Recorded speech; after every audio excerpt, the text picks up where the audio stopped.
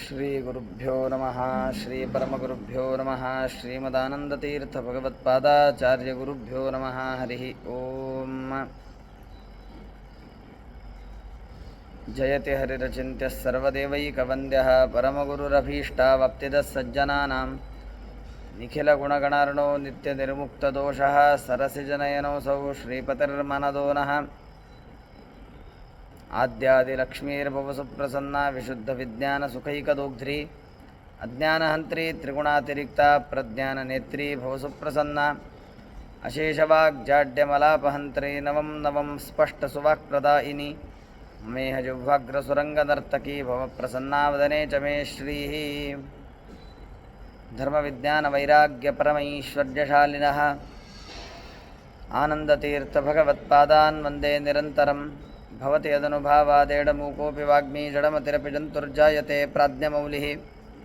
ಸಕಲವಚನಚೇತೋ ದೇವತಾ ಭಾರತೀ ಸಾ ಮಮ ವಚಸಿ ನಿಧತ್ತಾಂ ಸನ್ನಿಧಿಂ ಮಾನಸೇ ಚ.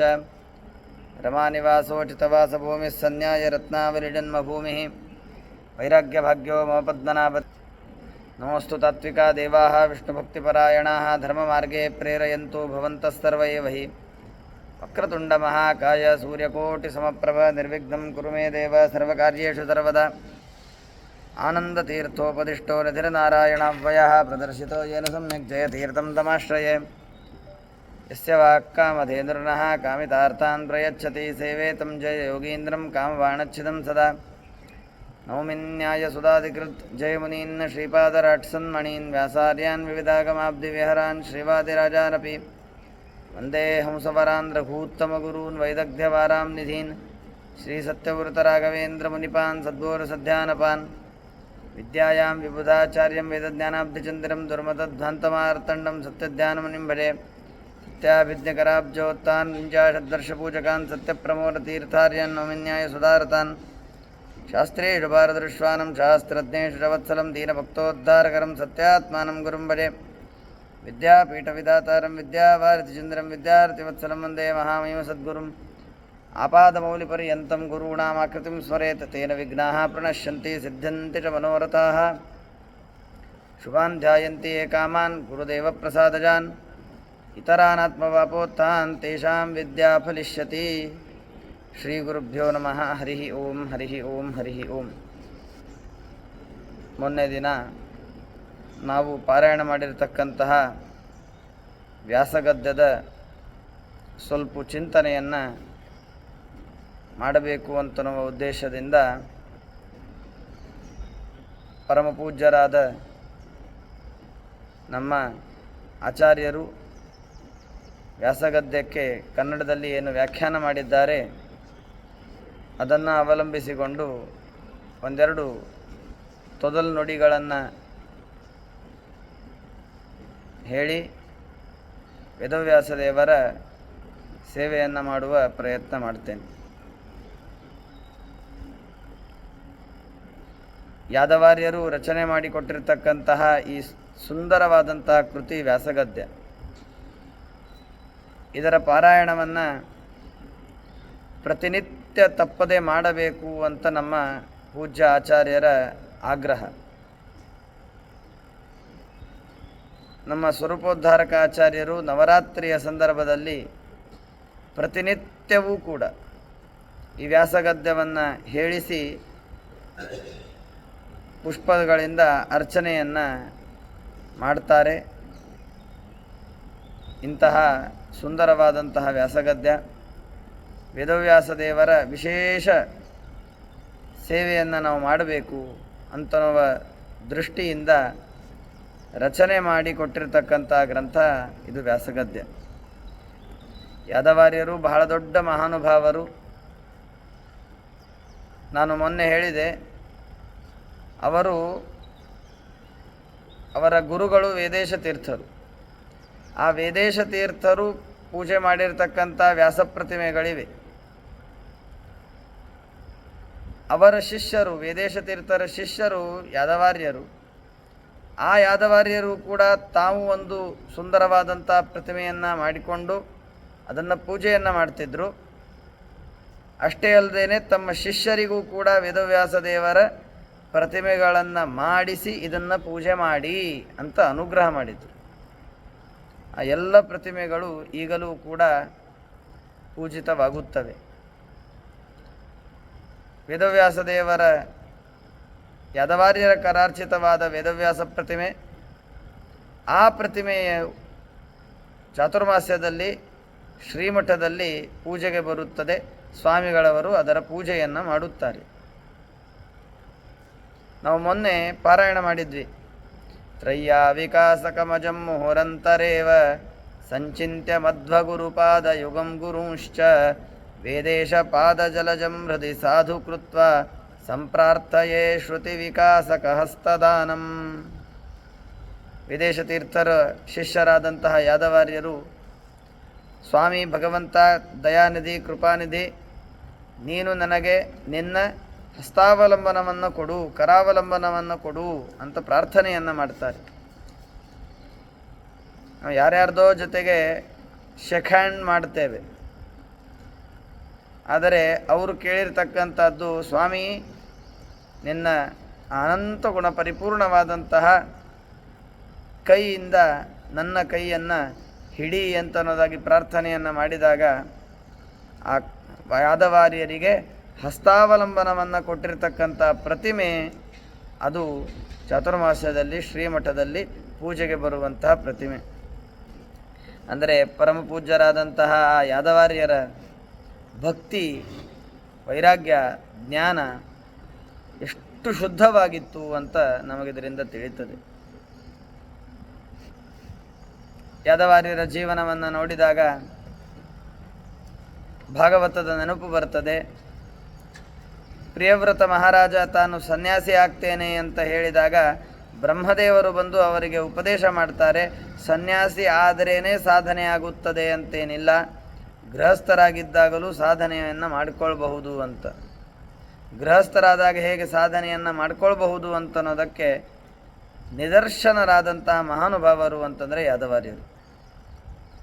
ನಾನು ಮೊನ್ನೆ ಹೇಳಿದೆ, ಯಾವನೋ ಒಬ್ಬ ಗೃಹಸ್ಥ ಮಾಡಿರ್ತಕ್ಕಂಥ ಪ್ರತಿಮೆ, ಅರ್ಥಾತ್ ಆ ಪ್ರತಿಮೆಯ ಪೂಜೆ ಮಾಡಿರ್ತಕ್ಕಂಥವರು ಗೃಹಸ್ಥರು ಅಂತಾದಾಗ ಅಂತಹ ಪ್ರತಿಮೆಯನ್ನು ಶ್ರೀಮಠದ ಆ ಮಂಟಪದಲ್ಲಿ ಇಟ್ಟು ಪೂಜೆ ಮಾಡ್ತಾರೆ ಅಂತಂದರೆ ಯಾದವಾರ್ಯರು ಸಾಮಾನ್ಯರು ಅಂತ ಸರ್ವಥಾ ಆಗಲಿಕ್ಕೆ ಸಾಧ್ಯವೇ ಇಲ್ಲ. ಬಹಳ ದೊಡ್ಡ ಮಹಾನುಭಾವರು. ಮೊನ್ನೆ ತಿಳಿಸಿದಂತೆ ಯತಿಗಳಿಗೆ ಆಶ್ಚರ್ಯವಾಗ್ತಿತ್ತು ಅಂತ ಅವರ ನಿಷ್ಠೆಯನ್ನು ಕಂಡು ಅಂತ. ಇಂತಹ ಮಹಾನುಭಾವರು ಯಾದವಾರ್ಯರು. ಸಮಗ್ರ ಶ್ರೀಮನ್ಯಾಯ ಸುಧಾ ಗ್ರಂಥಕ್ಕೆ ಅನ್ಯೂನ ಅನತಿರಿಕ್ತವಾದಂತಹ ವ್ಯಾಖ್ಯಾನವನ್ನು ಮಾಡಿರ್ತಕ್ಕಂಥವರು. ಭಾಗವತದ 5 ಸ್ಕಂದಗಳಿಗೆ ದಿವ್ಯವಾದಂಥ ವ್ಯಾಖ್ಯಾನವನ್ನು ಬರೆದು ಅನುಗ್ರಹ ಮಾಡಿರ್ತಕ್ಕಂಥ ಗುರುಗಳು ಯಾದವಾರ್ಯರು. ಯಾದವಾರ್ಯರ ಶಿಷ್ಯರು, ಇವರದೊಂದು ದೊಡ್ಡದಾದಂಥ ವ್ಯಾಖ್ಯಾನ ಪರಂಪರೆ ಉಂಟು. ಶುದ್ಧವಾದಂತಹ ಜ್ಞಾನವನ್ನು ಪ್ರಚಾರ ಮಾಡೋದರಲ್ಲಿ ಯಾದವಾರ್ಯರು ಎತ್ತಿದ ಕೈ. ಯಾದವಾರ್ಯರು ತಮ್ಮ ಗುರುಗಳಾದ ವೇದೇಶ ತೀರ್ಥರ ಬಳಿ ಹೋಗ್ತಾರಂತೆ. ವೇದೇಶ ತೀರ್ಥರ ಕೊನೆ ಕಾಲ, ಆ ಸಂದರ್ಭದಲ್ಲಿ ಹೋದಾಗ ಉಪದೇಶ ಮಾಡಿ ಅಂತ ಕೇಳಿದಾಗ ವೇದೇಶ ತೀರ್ಥರು ಹೇಳ್ತಾರೆ, ಕಾಲೋಯಮೀರ ಸುತಶಾಸ್ತ್ರ ವಿಚಾರಹೀನಃ ಹೀನೋಚ್ಛ್ರಯಗ್ರಸಿತ ಸಾಧು ಗುಣೋದಯಶ್ಚ ತಸ್ಮಾತ್ ತ್ವಮದ್ಯ ಮರುತಾತ್ಮಜ ದಿವ್ಯ ಶಾಸ್ತ್ರ ವ್ಯಾಖ್ಯಾನಮೇವ ಸತತಂ ಕುರುಮಾತ್ಯಜೇತಿ. ವೇದೇಶ ತೀರ್ಥ ಗುರುರಾಜ ಧುರಂಧರೋಸೌ ಸ್ವಾತ್ಮಪ್ರಯಾಣ ಸಮಯೇ ಯದಶಿಕ್ಷಯನ್ಮಾಂ. ಧುರಂಧರರಾದಂತಹ ವೇದೇಶ ತೀರ್ಥರು ತಾವು ಹೋಗುತ್ತಿರುವಾಗ, ಈ ದೇಹವನ್ನು ಪರಿತ್ಯಾಗ ಮಾಡುತ್ತಿರುವಾಗ ಯಾದವಾರ್ಯರಿಗೆ ಹೇಳಿದ್ರಂತೆ, ಈ ಕಾಲ ಕೆಟ್ಟ ಕಲಿಕಾಲ, ಇದರೊಳಗೆ ಏನಾಗಿದೆ ಅಂತಂದರೆ ಈ ಕಾಲ ಈರಸುತ ಶಾಸ್ತ್ರ ವಿಚಾರಹೀನ. ಈರಸುತ ಅಂತಂದರೆ ಮುಖ್ಯಪ್ರಾಣದೇವರು, ಅವರ ಈರಸುತ ಅಂತಂದರೆ ಮಧ್ವಾಚಾರ್ಯರು, ಈರ ಅಂತಂದರೆ ಮುಖ್ಯಪ್ರಾಣದೇವರು, ಅವರ ಸುತ ಅಂತಂದರೆ ಮಧ್ವಾಚಾರ್ಯರು. ಈರ ಸುತ ಶಾಸ್ತ್ರ ವಿಚಾರಹೀನ. ಮಧ್ವಾಚಾರ್ಯರ ಶಾಸ್ತ್ರದ ವಿಚಾರ ಯಾರಿಗೂ ಬೇಕಾಗಿಲ್ಲ. ಈಗಿನ ಕಾಲಕ್ಕೆ ಎಲ್ಲರಿಗೂ ಕೀರ್ತಿ ಬೇಕು, ಪ್ರತಿಷ್ಠೆ ಬೇಕು, ಇನ್ನಿತರ ಕಾರ್ಯಗಳಲ್ಲಿ ಮನುಷ್ಯ ತೊಡಗಿರ್ತಾನೆ. ದುಡ್ಡು ಸಂಪಾದನೆ ಬೇಕು, ನೌಕರಿ ಬೇಕು, ಹಣಕಾಸು ಬೇಕು, ಇದರೊಳಗೇನೆ ಎಲ್ಲರೂ ಆಸಕ್ತರಾಗಿರ್ತಾರೆ ಹೊರತು ಯಾರಿಗೂ ಕೂಡ ಮಧ್ವಾಚಾರ್ಯರು ಬರೆದಿರ್ತಕ್ಕಂತಹ ಶಾಸ್ತ್ರದ ಜ್ಞಾನ ಅಂತನ್ನೋದು ಬೇಕಾಗಿಲ್ಲ. ಪ್ರವಚನ ಬೇಕು, ಆದರೆ ಪ್ರವಚನದಲ್ಲಿ ಗೂಢವಾದಂತಹ ಗಹನವಾದ ತತ್ವಗಳನ್ನು ಹೇಳಿದರೆ ಜನ ಅಂತಾರೆ ಅದೇನು ನಮಗೆ ಬೇಡ್ರಿ, ಸ್ವಲ್ಪ ಹಾಸ್ಯ ಜೋಕುಗಳನ್ನು ಹೇಳಿದರೆ ಭಾಳ ಒಳ್ಳೆಯದು ಅಂತ. ಈರಸುತ ಶಾಸ್ತ್ರ ವಿಚಾರ ಹೀನ, ಬಹಳ ದುರ್ದೈವದ ಸಂಗತಿ. ದೇವರು ಬುದ್ಧಿಯನ್ನು ಕೊಟ್ಟಿದ್ದಾನೆ, ಶಕ್ತಿಯನ್ನು ಕೊಟ್ಟಿದ್ದಾನೆ, ಇಷ್ಟಿದ್ದಾಗೂ ನಾವು ಅದನ್ನು ಉಪಯೋಗಿಸೋದಿಲ್ಲ ಅಂತನ್ನೋದಾದರೆ ಬಹಳ ದುರ್ದೈವದ ಸಂಗತಿ. ಈರಸುತ ಶಾಸ್ತ್ರ ವಿಚಾರ ಹೀನ, ಈಗಿನ ಕಾಲಕ್ಕೆ ಹೇಳಿದವರಲ್ಲ ಈ ಮಾತು, ವೇದೇಶ ತೀರ್ಥರು ಅಂದು ಹೇಳಿದ್ರಂತೆ. ಈಗ ವೇದೇಶ ತೀರ್ಥರಿದ್ದರೆ ಏನು ಹೇಳ್ತಿದ್ರೋ ದೇವರಿಗೆ ಗೊತ್ತು. ಬಹಳ ಕಠಿಣವಾದಂತಹ ಪರಿಸ್ಥಿತಿ ಬಂದಿದೆ. ಎಲ್ಲ ಅನುಕೂಲತೆಗಳಿದ್ದರೂ ಶಾಸ್ತ್ರ ಕೇಳಬೇಕು ಅಂತ ನಮಗೆ ಅನಿಸೋದಿಲ್ಲ. ಏನೋ ಅದರ ಬಗ್ಗೆ ತಾತ್ಸಾರ ಅಂತ ಆಗತ್ತೆ. ಅದೇನು ಕೇಳೋದಿದೆ ಬಿಡಿ, ರಿಟೈರ್ ಆದಮೇಲೆ ಮಾಡಿದರೆ ಆಯಿತು. ಅದೇನು ಮಾಡೋದು, ಅದ್ರಾಗ ಏನು ಕೆಲಸ ಇಲ್ಲ, ಬೊಗಸಿಲ್ಲ. ರಿಟೈರ್ ಆಗಿರ್ತಕ್ಕಂಥ ಜನರು ವಿಚಾರ ಮಾಡುವಂತಹ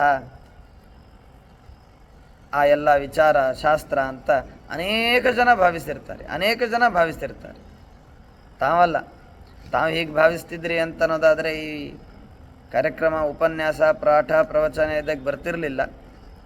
ಆದರೆ ಬಹಳ ದುಃಖವಾಗತ್ತೆ. ಇಂಥ ಅನೇಕ ಜನರಿದ್ದಾರೆ. ಅವರನ್ನು ಉದ್ದೇಶಿಸಿಕೊಂಡು ವಿದೇಶ ತೀರ್ಥರು ಹೇಳಿದರು, ಕಾಲೋ ಯಮೀರ ಸುತಶಾಸ್ತ್ರ ವಿಚಾರಹೀನ ಹೀನೋಚ್ಛ್ರಯ. ಈ ಕಾಲದಲ್ಲಿ ಯಾರು ಹೀನರು, ತುಚ್ಛರು, ನೀಚರು, ಭ್ರಷ್ಟರು, ಮುಟ್ಟಾಳರು, ದುಷ್ಟರು, ಅವರೆಲ್ಲರಿಗೂ ಕೂಡ ಉಚ್ಛ್ರಯವಾಗತ್ತೆ, ಭಾರಿ ಸಂಪಾದನೆಯಾಗತ್ತೆ, ಲೋಕದಲ್ಲಿ ಅದ್ಭುತವಾದಂಥ ಪ್ರತಿಷ್ಠೆ ಇರ್ತದೆ. ಯಾರು ಹೆಚ್ಚು ಮೋಸಗಾರರು, ಅನ್ಯಾಯ ಮಾಡುವಂಥವರು, ಧರ್ಮವನ್ನು ನಿಂದನೆ ಮಾಡುವಂಥವರು, ಧರ್ಮಕ್ಕೆ ವಿರುದ್ಧವಾಗಿ ನಡೆದುಕೊಳ್ಳುವಂಥವರು, ಧರ್ಮದ ವಿರುದ್ಧವಾಗಿ ಪ್ರಚಾರ ಮಾಡುವಂಥವರು, ಅವ್ರಿಗೆ ಎಲ್ಲ ವಿಧವಾದಂಥ ಸೌಕರ್ಯಗಳಿರ್ತವೆ. ಲೋಕದಲ್ಲಿ ಪ್ರತಿಷ್ಠೆ ಇರ್ತದೆ, ಒಳ್ಳೆಯ ಜನ ಅವರಿಗೆ ಸನ್ಮಾನ ಮಾಡಿ ಒಳ್ಳೆ ಸ್ಥಿತಿವಂತರನ್ನಾಗಿ ಮಾಡಿರ್ತಾರೆ. ಓಡಾಡೋದಕ್ಕೆ ವಾಹನಗಳಿರ್ತವೆ, ಯಾವುದಕ್ಕೂ ಕೊರತೆ ಇರುವುದಿಲ್ಲ. ಹೀನೋಚ್ಛ್ರಯ. ಆದರೆ ಮುಂದೇನು, ಗ್ರಸಿತ ಸಾಧು ಗುಣೋದಯಶ್ಚ. ಸಾಧುಗಳಿದ್ದಾರೆ, ಸಜ್ಜನರಿದ್ದಾರೆ, ವಿಷ್ಣು ಭಕ್ತಿಯನ್ನು ಮಾಡುವವರಿದ್ದಾರೆ, ಪರೋಪಕಾರ ಮಾಡುವಂತಹ ಜನರಿದ್ದಾರೆ, ತೋರಿಕೆಗಾಗಿ ಧರ್ಮವನ್ನು ಮಾಡುವಂಥವರಲ್ಲ. ಅಂತಹ ಜನರೇನಿದ್ದಾರಲ್ಲ ಅವರ ಉದಯ ಅಂತನ್ನೋದು ಆಗುವುದೇ ಇಲ್ಲ. ಗ್ರಸಿತ ಸಾಧು ಗುಣೋದಯಶ್ಚ. ಸಾಧುಗಳ ಗುಣಗಳು ಜಗತ್ತಿನ ಮುಂದೆ ತೋರುವುದೇ ಇಲ್ಲ. ಅದು ಗುಣ ಅಂತ ಗ್ರಹಣನೇ ಮಾಡುವುದಿಲ್ಲ. ಪಾಠ ಪ್ರವಚನ ಮಾಡುವುದು ಎಂಥ ಶ್ರೇಷ್ಠವಾಗಿರತಕ್ಕಂಥ ಗುಣ, ಆ ಗುಣವನ್ನು ಜನರು ಗ್ರಹಣನೇ ಮಾಡುವುದಿಲ್ಲ. ನಮ್ಮ ಹತ್ರ ಒಬ್ಬರಿದ್ದಾರೆ, ಅವರು ಕೆಲವರಿಗೆ ವೈದಿಕರಿಗೆ, ಪಂಡಿತರಿಗೆ ಹೇಳ್ತಿರ್ತಾರೆ, ಅದೇನು ಮಾಡ್ಕೋತ ಕೂಡ್ತೀರಿ, ಅದರಿಂದ ಏನು ಬರೋದಿದೆ, ನೀವೆಲ್ಲ ಹಾಗೆಲ್ಲ ಮಾಡಬಾರ್ದು, ಬರೀ ಪಾಠ ಹೇಳಿದೆ, ಪ್ರವಚನ ಹೇಳಿದೆ, ಉಪಯೋಗ ಇಲ್ಲ, ಅದೇನು ಮಾಡಿರಿ. ಯಾವಾಗ ಮಾಡೋದು, ಎಲ್ಲ ಕೆಲಸ ಮಾಡಿ ಇದು ಆದಮೇಲೆ ಟೈಮ್ ಸಿಕ್ಕರೆ ಮಾಡೋದು. ಅದು ಮಾಡಿದರೆ ಮಾಡಿರಿ, ಬಿಡ್ರಿ.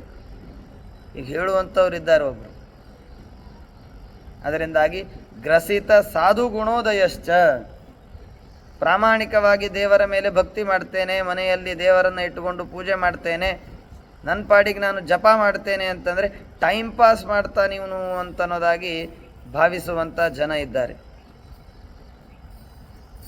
ಗ್ರಸಿತ ಸಾಧು ಗುಣೋದಯಶ್ಚ.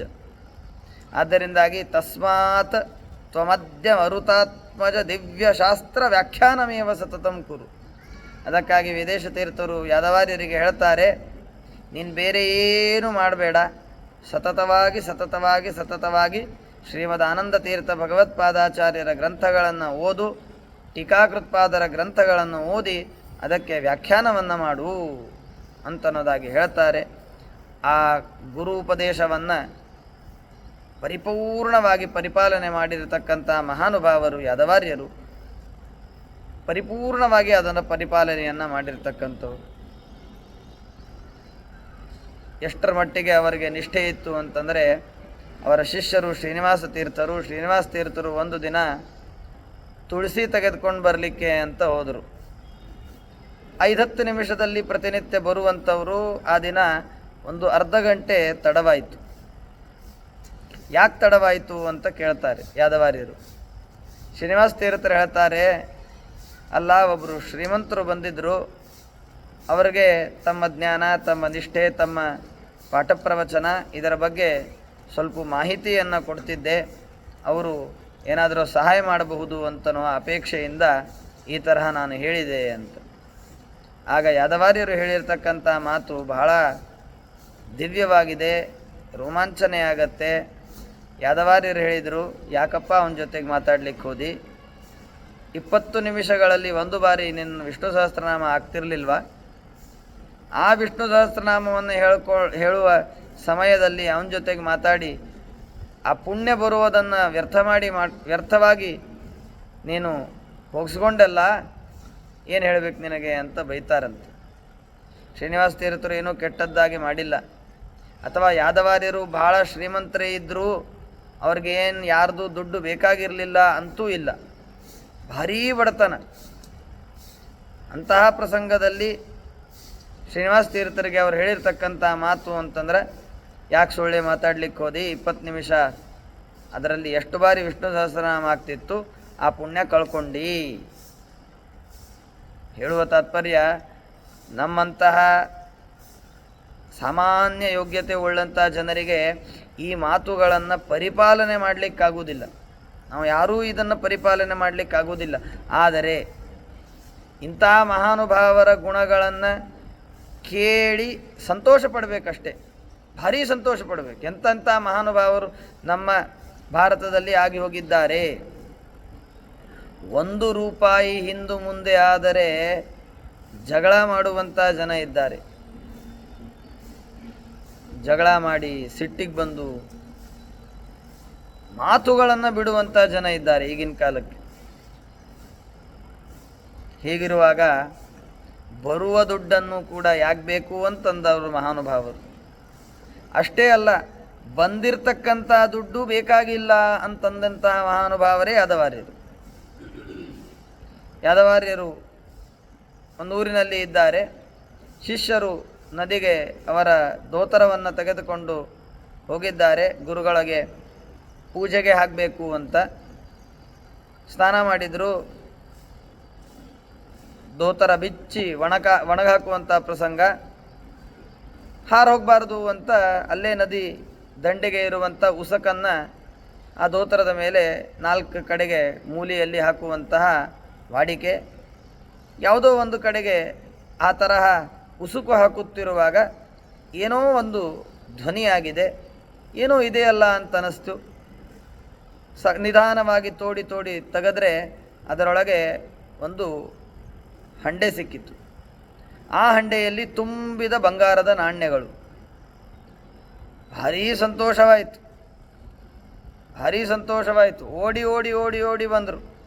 ಸ್ವಾಮಿ, ಬಂಗಾರ ಸಿಕ್ತು, ದೇವರೊಲ್ಲದ, ದೇವರ ಅನುಗ್ರಹ ಆಯಿತು, ನಮ್ಮ ಉದ್ಧಾರ ಆಯಿತು, ದೇವರು ಬಂಗಾರದ ರೂಪದಲ್ಲಿ ನಮಗೆ ಕರುಣೆಯನ್ನು ಮಾಡಿದ್ದಾನೆ ಅಂತ.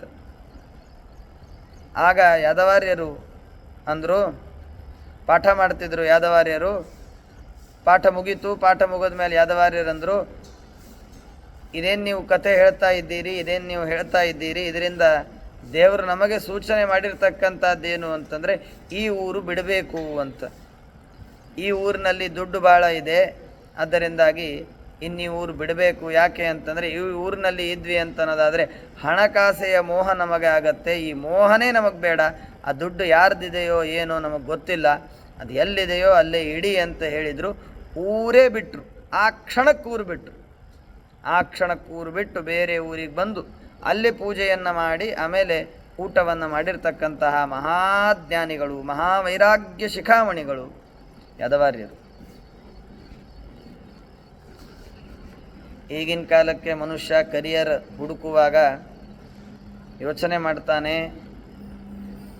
ನಾನು ಯಾವ ಫೀಲ್ಡ್ನಲ್ಲಿ ಹೋದರೆ ಹೆಚ್ಚು ಗಳಿಸಬಹುದು ಅಂತ. ತನಗೇನು ಮಾಡೋದಿದೆ ಅಂತನ್ನೋಕ್ಕಿಂತನೂ ಕೂಡ ಎಲ್ಲಿ ಹೆಚ್ಚು ದುಡ್ಡಿದೆ ಅದನ್ನು ನಾನು ಮಾಡಬೇಕು ಅಂತನ್ನೋದಾಗಿ ಈಗಿನ ಮನುಷ್ಯರ ಜನರ ಪ್ರವೃತ್ತಿ. ಅನೇಕ ಜನ, ಎಲ್ಲರೂ ಅಂತಲ್ಲ, ಅನೇಕ ಜನ ಈ ಮಾತನ್ನು ನಮಗೆ ಹೇಳ್ತಾರೆ. MBBS ಆಗತ್ತೆ, ಸ್ಪೆಷಲೈಸೇಷನ್ ಯಾವುದರಲ್ಲಿ ಮಾಡಬೇಕು ವಿಚಾರ ಮಾಡ್ತಾನೆ, ಹೆಚ್ಚು ದುಡ್ಡು ಯಾವುದರಲ್ಲಿ ಮಾಡಬಹುದು ಅದರಲ್ಲಿ ಅವನು ಹೋಗ್ತಾನೆ. ನನಗೆ ಆ್ಯಕ್ಚುಲಿ ಇದು ಸೇರ್ತಿತ್ರಿ, ಆದರೆ ಇದರಲ್ಲಿ ದುಡ್ಡು ಹೆಚ್ಚಿದೆ ಅಂತ ಅನ್ನೋದಕ್ಕೆ ಅದನ್ನು ತೆಗೆದುಕೊಂಡೆ. ಇರಲಿ. ಇದನ್ನು ಯಾಕೆ ಹೇಳಿದೆ ಅಂತಂದರೆ ಯಾರನ್ನು ನಿಂದನೆ ಮಾಡೋದಕ್ಕಲ್ಲ. ಈ ನಮ್ಮ ಎಲ್ಲರ ಪ್ರವೃತ್ತಿ ಏನಿದೆ, ಯಾದವಾರ್ಯರ ಪ್ರವೃತ್ತಿ ಏನಿದೆ, ಇಷ್ಟನ್ನು ಮಾತ್ರ ತಿಳ್ಕೊಳ್ಳೋದಕ್ಕೆ ಹೇಳಿದ್ದೇನೆ. ಈಗಿನ ಕಾಲ ಕರಾಳವಾಗಿರ್ತಕ್ಕಂತಹ ಕಾಲ, ಬದುಕಲಿಕ್ಕಾಗುವುದಿಲ್ಲ, ದುಡ್ಡು ಬೇಕು, ಇದೆಲ್ಲ ನಿಜ. ಇದೆಲ್ಲ ಪರಿಸ್ಥಿತಿ ಬಂದದ್ದು ಯಾಕೆ ಅಂತಂದರೆ ನಮ್ಮ ಪಾಪದಿಂದ, ನಮ್ಮ ದುರ್ದೈವದಿಂದ. ಯಾದವಾರ್ಯರ ಏನದು ವೈರಾಗ್ಯ, ಏನದು ದೇವರಲ್ಲಿ ಇರುವ ನಿಷ್ಠೆ, ಊಹಾತೀತ. ಅವರ ಸ್ಥಳದಲ್ಲಿ ಯಾರಾದರೂ ಬೇರೆಯವರಿದ್ದರೆ ದೇವರೊಲದ ಬಂಗಾರ ಸಿಕ್ತು ಅಂತೇಳಿ ಇಟ್ಕೊಳ್ಳೋವರೇ ಹೊರತು ಊರನ್ನು ಬಿಡುವಂಥ ವಿಚಾರಂತೂ ಯಾರ ತಲೆಯಲ್ಲೂ ಬರ್ತಿರಲಿಲ್ಲ. ಅಂಥ ಮಹಾನುಭಾವರು ಯಾದವಾರ್ಯರು. ಯಾದವಾರ್ಯರು ತಪಸ್ವಿಗಳೂ ಹೌದು, ಯಾದವಾರ್ಯರು ಮಹಾ ತಪಸ್ವಿಗಳೂ ಹೌದು. ಇದಕ್ಕೆ ಜ್ವಲಂತ ದೃಷ್ಟಾಂತ ಅಂತಂದರೆ ಆಗಲೇ ನಾನು ಹೇಳಿದೆ, ವೇದವ್ಯಾಸ ದೇವರೇ ಬಂದು ಅವರಿಗೆ ಹಸ್ತಾವಲಂಬನವನ್ನು ಕೊಟ್ಟು ಅವರು ಪೂಜೆ ಮಾಡುವಾಗ ಒಮ್ಮೆ ಉಗುರು ಹತ್ತಿತಂತೆ. ಆ ಪಾದಕ್ಕೆ ಉಗುರು ಹತ್ತಿದರೆ ಅಲ್ಲಿಂದ ರಕ್ತ ಬಂತು ಅಂತನ್ನೋದಾಗಿ ಅವರಿಗೆ ಕಾಣಿತು. ಹೀಗೆ ನಾನು ಈ ಪ್ರತಿಮೆಯಲ್ಲಿ ಸನ್ನಿಹಿತನಾಗಿದ್ದೇನೆ ಅಂತ ಭಗವಂತ ಮೇಲಿಂದ ಮೇಲೆ ಅವರಿಗೆ ತೋರಿಸಿದ್ದಾನೆ. ಯಾದವಾರ್ಯರಿಗೆ ಒಬ್ಬ ಮಗ ಇದ್ದ. ಅವನಿಗೆ ಭಾರೀ ರೋಗವಾಯಿತು. ರೋಗವಾದರೆ ಯಾದವಾರ್ಯರು ಧನ್ವಂತರಿ ಮಂತ್ರದ ಜಪವನ್ನು ಮಾಡಿ ಅರ್ಘ್ಯವನ್ನು ಬಿಟ್ಟು ಅವನಿಗೆ ಕುಡಿಲಿಕ್ಕೆ ಕೊಡಬೇಕು. ಯಾದವಾರ್ಯರು ಕೊಡ್ತಿದ್ರು, ಕುಡಿಪ ನಿನ್ನ ರೋಗ ವಾಸಿ ಆಗ್ತದೆ ಅಂತ. ವಿಚಿತ್ರ ಅಂತಂದರೆ ಅವನಿಗೆ ರೋಗನೇ ಕಡಿಮೆ ಆಗಲಿಲ್ಲ. ಯಾದವಾರ್ಯರಂದರು ಇಷ್ಟು ಶ್ರದ್ಧೆಯಿಂದ ಭಕ್ತಿಯಿಂದ ದೇವರಿಗೆ ಜಪ ಮಾಡಿ ಅರ್ಘ್ಯ ಕೊಡ್ತೇವೆ, ಆ ನೀರು ಇವನು ತೆಗೆದುಕೊಂಡ್ರು ರೋಗ ಯಾಕೆ ವಾಸಿ ಆಗ್ತಾ ಇಲ್ಲ, ದೇವರ ಸಂಕಲ್ಪ ಅಂತ ಅಂದ್ಕೊಂಡ್ರು. ಏನಾಗ್ತಿತ್ತು ಅಂತಂದರೆ ಆ ಮಗುವಿಗೆ, ಆ ಹುಡುಗನಿಗೆ ಆ ನೀರು ಬೇಕಾಗ್ತಿರಲಿಲ್ಲ. ಅವನು ನೀರು ಚೆಲ್ಬಿಡ್ತಿದ್ದ. ಅವ್ರ ಮನೆ ಹಿಂಭಾಗದಲ್ಲಿ ಅಥವಾ ಅಕ್ಕಪಕ್ಕದಲ್ಲಿ ಎಲ್ಲೋ ಒಂದು ಮೋಟ ಮರ ಇತ್ತು. ಆ ಮೋಟ ಮರಕ್ಕೆ ಹೋಗಿ ಆ ನೀರನ್ನು ಚೆಲ್ಲಿ ಬರ್ತಿದ್ದ. ಇದನ್ನು ಶ್ರೀನಿವಾಸ ತೀರ್ಥರು ನೋಡಿದರು. ಆ ಹುಡುಗನಿಗೆ ಕೇಳಿದರು, ಏನಿದು, ಏನು ಚಲ್ತಿ, ನಿತ್ಯ ಚಲ್ತಿಯಲ್ಲ, ಸಂಧ್ಯಾ ವಂದನೆ ನೀರು ಅಂತ ಅನಿಸೋದಿಲ್ಲ, ಏನಿದನ್ನು ಚಲ್ತಿಲ್ಲ, ಏನಿದು? ಉಪನಯನ ಆಗಿತ್ತೋ ಬಿಟ್ಟಿತ್ತೋ ಅದು ನಂಗೆ ನಿಜವಾಗಿ ಗೊತ್ತಿಲ್ಲ, ಆದರೆ ಏನೋ ಒಂದು ಚಲ್ತಿದ್ದ. ಏನು ಚಲ್ತಿ, ಯಾಕೆ ಮೋಟ ಮರಕ್ಕೆ ಯಾಕೆ ನೀರು ಹಾಕ್ತಿ ಅಂತ ಏನೋ ಕೇಳಿದರು ಶ್ರೀನಿವಾಸ ತೀರ್ಥರು. ಆ ಹುಡುಗ ಹೇಳಿದ, ಇಲ್ಲ ನಮ್ಮಪ್ಪ ಜಪ ಮಾಡಿ ಈ ನೀರು ನೀನು ಕುಡಿ ಅಂತ ಅನ್ನೋದಾಗ ನನಗೆ ಕೊಡ್ತಾರೆ, ಆದರೆ ಈ ನೀರು ನನಗೆ ಕುಡಿಬೇಕು ಅಂತ ಅನಿಸೋದಿಲ್ಲ. ಪ್ರಾಯ ಕನ್ವಿನ್ಸ್ ಮಾಡುವ ಪ್ರಯತ್ನ ಮಾಡಿರ್ತಾರೆ ಶ್ರೀನಿವಾಸ ತೀರ್ಥರು, ಇದನ್ನು ಕುಡಿಬೇಕು, ಅದರಿಂದ ಹೇಗಾಗತ್ತೆ ಹೀಗಾಗತ್ತೆ ಅಂತ. ಏನಾದರೂ ಕನ್ವಿನ್ಸ್ ಆಗೋದಿಲ್ಲ ಹುಡುಗ. ಹಾಗೆಯೇ ಅದನ್ನು ಮುಂದುವರಿಸ್ತಾನೆ. ಮುಂದುವರಿಸಿದ ಮೇಲೆ ಶ್ರೀನಿವಾಸ ತೀರ್ಥರು ಹೇಳ್ತಾರೆ, ಒಂದು ಕೆಲಸ ಮಾಡು, ಆ ನೀರು ನಿನಗೆ ಬೇಡಲ್ಲ, ಬಿಟ್ಬಿಡು, ನೀ ಕುಡಿಬೇಡ, ಆದರೆ ಚೆಲ್ಲಬೇಡ, ಹಾಗೆ ನೆಲದ ಮೇಲೆ ಚೆಲ್ಲಬೇಡ, ಅದನ್ನು ನನಗೆ ತಂದುಕೊಡು, ನಾವು ಕುಡಿತೀವಿ ಅಂತ ಹೇಳಿ ತಾವು ಅದರ ಪ್ರಾಶನವನ್ನು ಮಾಡ್ತಿದ್ರು. ವಿಚಿತ್ರ ಅಂತಂದರೆ ಸ್ವಲ್ಪ ದಿನಗಳಲ್ಲಿ ಆ ಹುಡುಗ ಸತ್ತೋಗ್ಬಿಟ್ಟ. ಅವನು ಯಾವ ಮೋಟ ಮರಕ್ಕೆ ಆ ನೀರನ್ನು ಹಾಕ್ತಿದ್ದ, ಸತ್ತೋದ ಗಿಡಕ್ಕೆ, ಒಂದು ಕಟ್ಟಿಗೆ ಆಗಿರುವಂತಹ ಗಿಡಕ್ಕೇನು ಹಾಕ್ತಿದ್ದ, ಅದು ಅಲ್ಲಿ ಚಿಗುರು ಒಡೆದಿತ್ತು ಅಂತ. ಇಂಥ ಮಹಾನುಭಾವರು ಯಾದವಾರ್ಯರು. ಆ ಇದನ್ನು ಯಾಕೆ ಹೇಳಲಿಕ್ಕೆ ಹೊರಟೆ ಅಂತಂದರೆ, ನಾವು ಯಾವ ಸ್ತೋತ್ರದ ಅರ್ಥವನ್ನು ತಿಳ್ಕೊಳ್ಳೋರಿದ್ದೇವೆ, ಯಾವ ಶ್ಲೋಕದ ಸ್ತೋತ್ರದ ಪಾರಾಯಣವನ್ನು ಮಾಡುವರಿದ್ದೇವೆ, ಅವರೆಂಥ ಮಹಾನುಭಾವರು ಅಂತನ್ನೋದಾಗಿ ಮೊದಲು ತಿಳ್ಕೊಂಡ್ರೆ ಈ ಶ್ಲೋಕ, ಈ ಸ್ತೋತ್ರ ಎಂತಹ ವೀರ್ಯವತ್ತಾಗಿದೆ ಅಂತನ್ನೋದು ನಮಗೆ ತಿಳಿತದೆ. ನಮಗೂ ಕನ್ನಡ ಬರುತ್ತೆ ಅಂಥೇಳಿ ನಾವು ಹಾಡ ಪದ್ಯಗಳನ್ನು ರಚನೆ ಮಾಡಬಹುದು, ಏನು ದೊಡ್ಡದಲ್ಲ. ಪುರಂದರದಾಸರು ಕನ್ನಡದಲ್ಲಿ ರಚನೆ ಮಾಡಿದ್ದಾರೆ, ನಾವು ಕನ್ನಡದಲ್ಲಿ ರಚನೆ ಮಾಡ್ತೇವೆ, ಏನು ದೊಡ್ಡದು? ಭಾಷೆ ನಮಗೂ ಬರುತ್ತೆ, ಅವ್ರಿಗೂ ಬರ್ತಿತ್ತು. ಸ್ವಲ್ಪ ಪ್ರಯತ್ನ ಮಾಡಿದರೆ ಹಳೆಗನ್ನಡ ನಾವು ಆತ್ಮಸಾತ್ ಮಾಡ್ಕೊಳ್ಬೋದು. ಏನು ದೊಡ್ಡದು? ಏನು ದೊಡ್ಡದು ಅಂತಂದರೆ ನಮಗೂ ಭಾಷೆಗೆ ಬರುತ್ತೆ, ಕನ್ನಡ ಅವ್ರಿಗೂ ಬರುತ್ತೆ. ಆದರೆ ನಮ್ಮ ಹಾಡುಗಳ, ನಮ್ಮ ಪದ್ಯಗಳ, ನಮ್ಮ ಕವಿತೆಗಳ ಹಿನ್ನೆಲೆಯಲ್ಲಿ ಭಕ್ತಿ ಇಲ್ಲ, ಶ್ರದ್ಧೆ ಇಲ್ಲ, ದೇವರ ವಿಷಯದಲ್ಲಿ ಏನೂ ಜ್ಞಾನ ಇಲ್ಲ. ನಾವು ಏನು ವ್ರತ ಮಾಡ್ತೇವೆ, ಏನು ಅನುಷ್ಠಾನ ಮಾಡ್ತೇವೆ, ಏನು ತಪಸ್ಸಿದೆ ನಮ್ಮದು? ಪುರಂದರದಾಸರು, ವಿಜಯದಾಸರು, ಗೋಪಾಲದಾಸರು, ಜಗನ್ನಾಥದಾಸರು, ಇನ್ನಿತರ ದಾಸರು, ಅವರ ತಪಸ್ಸಿದೆ, ಅದ್ಭುತವಾದಂಥ ತಪಸ್ಸಿದೆ, ಜ್ಞಾನ ಇದೆ, ಎಲ್ಲ ಇದೆ. ಒಬ್ಬ ಮಹಾನುಭಾವರು ಒಬ್ಬರಿಗೆ ಹೇಳುವಂಥ ಮಾತನ್ನು ನಾನು ಕೇಳಿದ್ದೇನೆ, ನೀನು ಹಾಡುಗಳನ್ನು ಬರೆ. ಒಬ್ಬ ವ್ಯಕ್ತಿ ತಾನು ಹಾಡುಗಳನ್ನು ರಚನೆ ಮಾಡ್ತಿದ್ದ, ರಚನೆ ಮಾಡಿ ಎಲ್ಲರಿಗೂ ಹೇಳ್ತಿದ್ದ, ಹಳೆಯ ಹಾಡುಗಳನ್ನು ಯಾಕೆ ಹಾಡ್ತೀರಿ? ಅವೇ ಹಾಡುಗಳನ್ನು ಎಷ್ಟು ದಿನ, ಎಷ್ಟು ವರ್ಷಗಳವರೆಗೆ ಹೇಳೋದು? ನಾವಿದ್ದೀವಲ್ಲ, ಈಗ ನಾವು ಮಾಡ್ತೇವೆ, ನಾವು ಅಭಿನವ ದಾಸರು. ಆದ್ದರಿಂದಾಗಿ ನಮ್ಮ ಹಾಡುಗಳನ್ನು ನೀವು ಹೇಳಿ, ನಿಮ್ಮ ಮಠದಲ್ಲಿ ಹೇಳಿ ಅಂತನ್ನೋದಾಗಿ ಹೇಳ್ತಿದ್ರು. ಆಗ ದೊಡ್ಡವರು ಹೇಳಿದರು, ನೀನು ಮಾಡು, ರಚನೆ ಮಾಡು, ನಾನು ಬೇಡ ಅಂತ ಅನ್ನೋದಿಲ್ಲ. ನಿನಗೆ ಸೇರುತ್ತೆ, ನಿನಗೆ ಬರ್ತದೆ, ನಿನಗೆ ಆ ವಿದ್ಯೆ ಇದೆ, ಕಲೆ ಇದೆ, ಅವಶ್ಯವಾಗಿ ಹಾಡುಗಳನ್ನು ರಚನೆ ಮಾಡು. ಆದರೆ ಆ ಹಾಡುಗಳನ್ನು, ಪುರಂದರದಾಸರ ಹಾಡುಗಳನ್ನು ರಿಪ್ಲೇಸ್ ಮಾಡುವಂತಹದ್ದೇನು ನೀನು ಮಾತಾಡ್ತಾ ಇದ್ದಿ, ಅದು ಸರ್ವಥಾ ತಪ್ಪು, ಇದು ಖಂಡನೀಯವಾದದ್ದು. ಯಾಕೆಂದರೆ ಪುರಂದರದಾಸರ ಹಾಡುಗಳ ಹಿನ್ನೆಲೆಯಲ್ಲಿ ಏನು ತಪಸ್ಸಿದೆ, ಆ ತಪಸ್ಸಿನ ಒಂದಂಶ ತಪಸ್ಸಾದರೂ ನಿನ್ನಲ್ಲಿ ಇದೆ ಅಂತಾದರೆ ನಿನ್ನ ಹಾಡುಗಳ ಗ್ರಾಹ್ಯವಾಗುತ್ತೆ. ವೇಷವನ್ನು ಶುದ್ಧವಾಗಿ ಧಾರಣೆ ಮಾಡಲಿಕ್ಕೆ ನಾವು ಸಿದ್ಧರಿಲ್ಲ.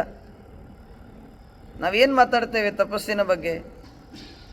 ಶುದ್ಧವಾದ ವೇಷವನ್ನು ಧಾರಣೆ ಮಾಡ್ತೇವ?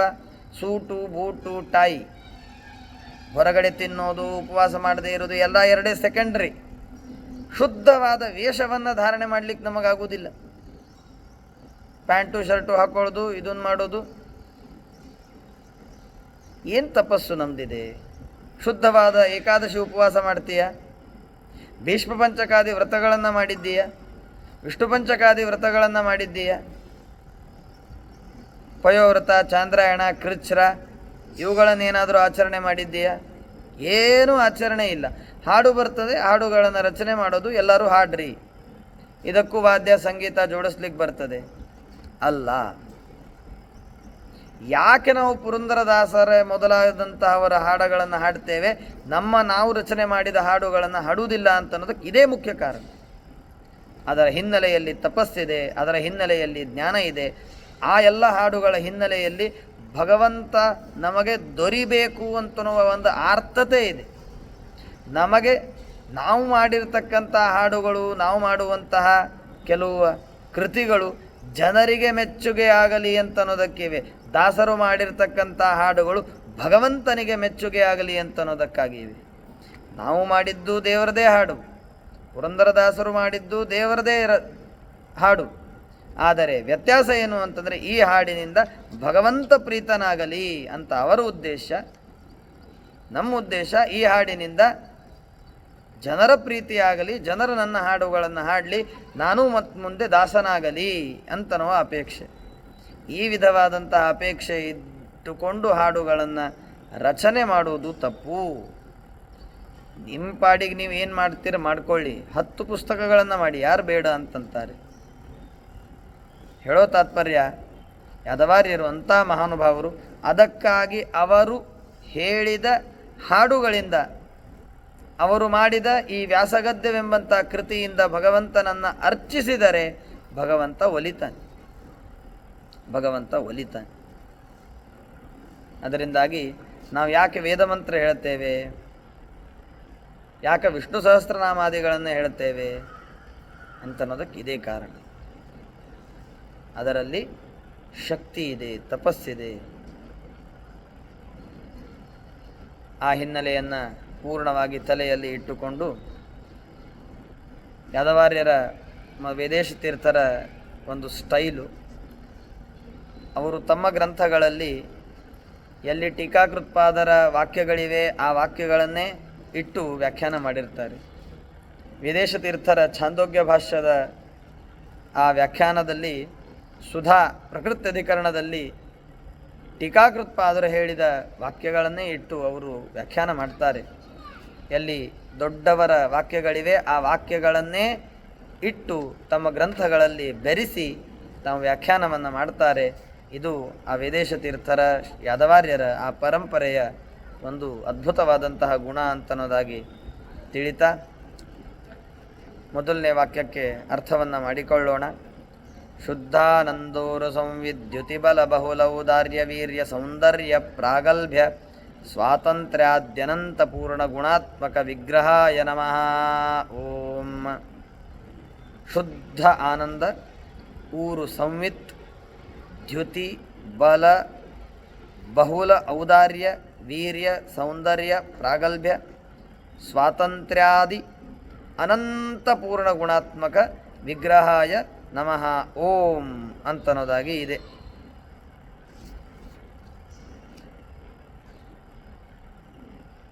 ನಮ್ಮ ಆಚಾರ್ಯರು ಬಹಳ ಸುಂದರವಾಗಿ ವ್ಯಾಖ್ಯಾನ ಮಾಡಿದ್ದಾರೆ.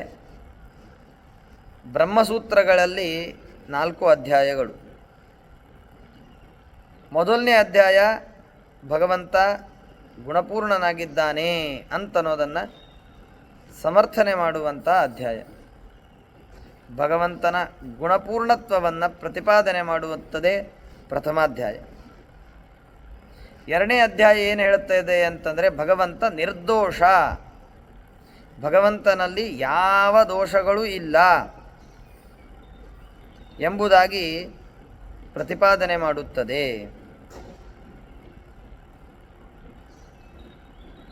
ಅಂದರೆ ಮೊದಲನೇ ಅಧ್ಯಾಯದಲ್ಲಿ ಭಗವಂತ ಗುಣಪೂರ್ಣ ಅಂತ ಉಪಪಾದನೆ ಮಾಡಿದರು. ದ್ವಿತೀಯಾಧ್ಯಾಯದಲ್ಲಿ ಭಗವಂತ ಸಕಲ ದೋಷಗಳಿಂದ ದೂರನಾಗಿದ್ದಾನೆ ಅಂತ ಉಪಪಾದನೆ ಮಾಡಿದರು. ಮೂರನೇ ಅಧ್ಯಾಯದಲ್ಲಿ ಏನು ಮಾಡಿದರು ಅಂತಂದರೆ ಆ ಭಗವಂತನನ್ನು ಪಡಿಬೇಕಾದರೆ ಉಪಾಯಗಳೇನು ಎಂಬುದನ್ನು ಪ್ರತಿಪಾದನೆ ಮಾಡಿದರು. ಅದಕ್ಕೆ ತೃತೀಯಾಧ್ಯಾಯಕ್ಕೆ ಸಾಧನಾಧ್ಯಾಯ ಅಂತನ್ನೋದಾಗಿ ಕರೆಯುವಂಥದ್ದು. ಈ ಎಲ್ಲ ಸಾಧನೆಗಳನ್ನು ಮಾಡೋದರಿಂದ ಎಂತಹ ಫಲ ಸಿಗ್ತದೆ ಎಂಬುದನ್ನು ಚತುರ್ಥಾಧ್ಯಾಯದಲ್ಲಿ ಹೇಳಿದರು. ಅದಕ್ಕಾಗಿ ಆ ಚತುರ್ಥಾಧ್ಯಾಯಕ್ಕೆ ಏನು ಹೇಳ್ತಾರೆ, ಫಲಾಧ್ಯಾಯ ಅಂತನ್ನೋದಾಗಿ. ಹೀಗೆ ಒಟ್ಟಾರೆ ಬ್ರಹ್ಮಸೂತ್ರದ 4 ಅಧ್ಯಾಯಗಳಿವೆ. ಆ 4 ಅಧ್ಯಾಯಗಳಲ್ಲಿ ಪ್ರಥಮಾಧ್ಯಾಯ ಯಾವುದೋ ಅದರಲ್ಲಿ ಭಗವಂತನ ಗುಣಪೂರ್ಣತ್ವವನ್ನು ಹೇಳಿದ್ದಾರೆ. ಆ ಗುಣಪೂರ್ಣತ್ವವನ್ನು ಯಾದವಾರ್ಯರು ತಮ್ಮ ಮೊದಲನೇ ವಾಕ್ಯದಿಂದ ಸಂಗ್ರಹ ಮಾಡ್ತಾರೆ. ಶುದ್ಧಾನಂದೋರು ಸಂವಿದ್ಯುತಿಬಲ ಬಹುಲ ಔದಾರ್ಯ ವೀರ್ಯ ಸೌಂದರ್ಯ ಪ್ರಾಗಲ್ಭ್ಯ ಸ್ವಾತಂತ್ರ್ಯಾದ್ಯನಂತ ಪೂರ್ಣ ಗುಣಾತ್ಮಕ ವಿಗ್ರಹಾಯ ನಮಃ ಓಂ ಅಂತನ್ನೋದಾಗಿ. ತತ್ವಪ್ರಕಾಶಿಕ ಮಂಗಲಾಚರಣದಲ್ಲಿ ಹೇಳಿದ ಮಾತನ್ನು ಇಲ್ಲಿ ಯಾದವಾರ್ಯರು ಸಂಗ್ರಹ ಮಾಡ್ತಾರೆ. ಶುದ್ಧಾನಂದೋರು ಸಂವಿದ್ಯುತಿಬಲ ಬಹುಲೌದಾರ್ಯ ವೀರ್ಯಾದಿದೇಹಂ ಚಿಂತಾ ಸಂತಾಪಲೇಪೋದ್ಭವಮೃತಿಮುಖರಾಶೇಷ ದೋಷಾತಿದೂರಂ ಸದ್ಭಿರ್ವೈರಾಗ್ಯ ಭಕ್ತಿ ಶ್ರುತಿಮತಿ ಜ್ಞಾನ ಯೋಗಾತ್ ಗಮ್ಯಂ ವಂದೇ ಮುಕುಂದಾಭಿಧಮಮಲಮಲಂ ಬ್ರಹ್ಮ ವೇದಾಂತ ವೇದ್ಯಂ ಅಂತನ್ನೋದಾಗಿ ತತ್ವಪ್ರಕಾಶಿಕ ಮಂಗಳಾಚರಣ ಅಲ್ಲೇ ಬಂದಿರತಕ್ಕಂಥ ಮಾತಿದು. ಶುದ್ಧಾನಂದೋರು ಸಂವಿದ್ಯುತಿಬಲ ಬಹುಲೌದಾರ್ಯ ವೀರ್ಯಾದಿದೇಹಂ ಶ್ರೀಮದ್ ಟೀಕಾಕೃತ್ಪಾದರು ನುಡಿದಿರತಕ್ಕಂತಹ ಮಾತಿದು. ಆ ಮಾತನ್ನು ಇಲ್ಲಿ ಯಾದವಾರ್ಯರು ಹೇಳ್ತಾರೆ. ವ್ಯಾಸಗದ್ಯ ಅಂತನ್ನೋದು ಪುಟ್ಟ ಕೃತಿ, ಆದರೆ ಶ್ರೀಮದಾಚಾರ್ಯರ ಸರ್ವಮೂಲಗಳಲ್ಲಿಯ ಅನೇಕ ಮಹತ್ವದ ಪ್ರಮೇಯಗಳನ್ನು ಯಾದವಾರ್ಯರು ಈ ಗ್ರಂಥದಲ್ಲಿ ನಮಗೆ ತಿಳಿಸ್ತಾರೆ. ಅತೀ ಮಹತ್ವದ ಪ್ರಮೇಯಗಳನ್ನು ಬಹಳ ಸುಂದರವಾಗಿ ತಿಳಿಸುವಂತಹ ಮಾತಿದು. ಏನು ಹೇಳ್ತಾರೆ? ಶುದ್ಧ ಆನಂದ. ಮೊದಲನೇ ಗುಣವನ್ನು, ದೇವರದ ಗುಣವನ್ನು ಹೇಳಿದರು ಆನಂದ ಅಂತ ಅನ್ನೋದಾಗಿ. ದೇವರು ಅನಂತ ಗುಣಪೂರ್ಣ, ಇದರಲ್ಲಿ ಸಂದೇಹವಿಲ್ಲ, ಸಂದೇಹ ಬೇಡ ನಮಗೆ. ದೇವರ ಅನಂತ ಗುಣಗಳು ಇದ್ದಾಗ ಜ್ಞಾನ, ಆನಂದ ಇವುಗಳನ್ನು ಮೊದಲು ಹೇಳ್ತಾರೆ. ಯಾಕೆ ಅಂತಂದರೆ ಎಲ್ಲ ಗುಣಗಳಲ್ಲಿಯೂ ಕೂಡ ಆನಂದ ಎಂಬಂತಹ ಗುಣವೇನಿದೆ, ಜ್ಞಾನವೆಂಬಂತಹ ಗುಣವೇನಿದೆ, ಅದು ಕಿರೀಟಪ್ರಾಯವಾದದ್ದು. ಸುಧಾ ತೃತೀಯಾಧ್ಯಾಯದಲ್ಲಿ ಒಂದು ಮಾತು ಬರ್ತದೆ, ಅಲ್ಲಿ ಹೇಳ್ತಾರೆ ಏನಂತಂದರೆ, ಆನಂದ ಎಂಬಂತಹ ಗುಣ ಎಲ್ಲ ಗುಣಗಳಲ್ಲಿ ಕಿರೀಟಪ್ರಾಯವಾಗಿದೆ, ಆದ್ದರಿಂದಲೇನೆ ಆನಂದಮಯೋಭ್ಯಾಸಾತ್ ಎಂಬುದಾಗಿ ವೇದವ್ಯಾಸ ದೇವರು ಹೇಳಿದರು ಅಂತನ್ನೋದಾಗಿ. ಬೇರೆ ಅಧಿಕರಣ ಅದಕ್ಕೂ ಸಂಗತಿ ಸಮಾನ. ಇಷ್ಟಿದ್ರೂ ಆನಂದಮಯಾಧಿಕರಣವನ್ನೇ ಯಾಕೆ ಮೊದಲಿಟ್ಟರು ಅಂತನ್ನೋದಕ್ಕೆ ಈ ಕಾರಣವನ್ನು ಅಲ್ಲಿ ತಿಳಿಸ್ತಾರೆ. ತೃತೀಯಾಧ್ಯಾಯದಲ್ಲಿ ಈ ಮಾತುಗಳು ಬರ್ತವೆ. ಸರಿ,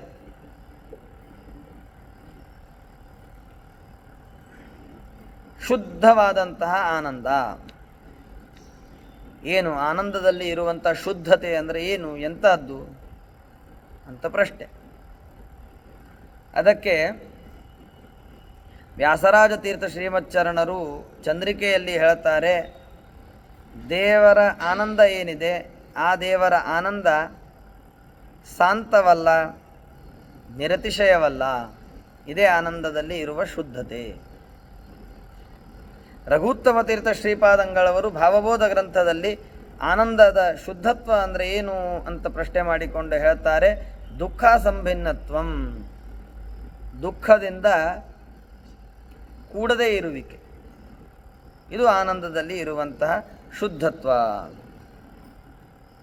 ಸ್ವಲ್ಪ ಇದನ್ನು ವಿಸ್ತಾರವಾಗಿ ತಿಳ್ಕೊಳ್ಳೋಣ. ನಮಗೆ ಆನಂದವಾಗತ್ತೆ, ಇರುವೆಗೆ ಆನಂದವಾಗುತ್ತೆ, ಪಶು ಪಕ್ಷಿ ಕೀಟಕಗಳಿಗೆ ಆನಂದವಾಗುತ್ತದೆ.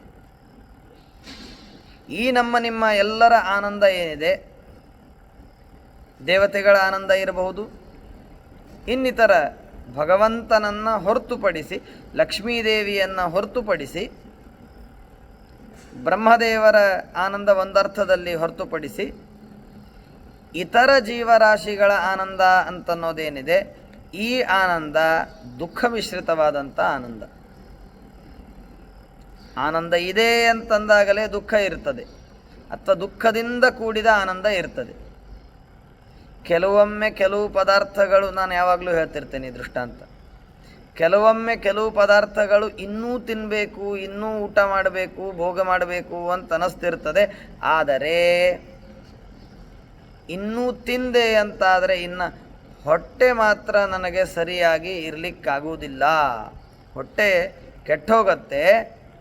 ಅದಕ್ಕಾಗಿ ತಿನ್ನೋದರಲ್ಲಿ ಕಂಟ್ರೋಲ್ ಮಾಡ್ಕೋತಾನೆ.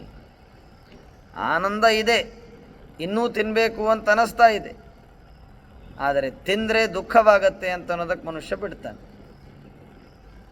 ಸಿಹಿ ತಿನ್ನಬೇಕು ಅಂತ ಅನಿಸತ್ತೆ, ಅದರ ಜೊತೆಗೆ ಬರುವಂಥ ದುಃಖ ಡಯಾಬಿಟೀಸ್ ಮುಂತಾಗಿರ್ತಕ್ಕಂಥ.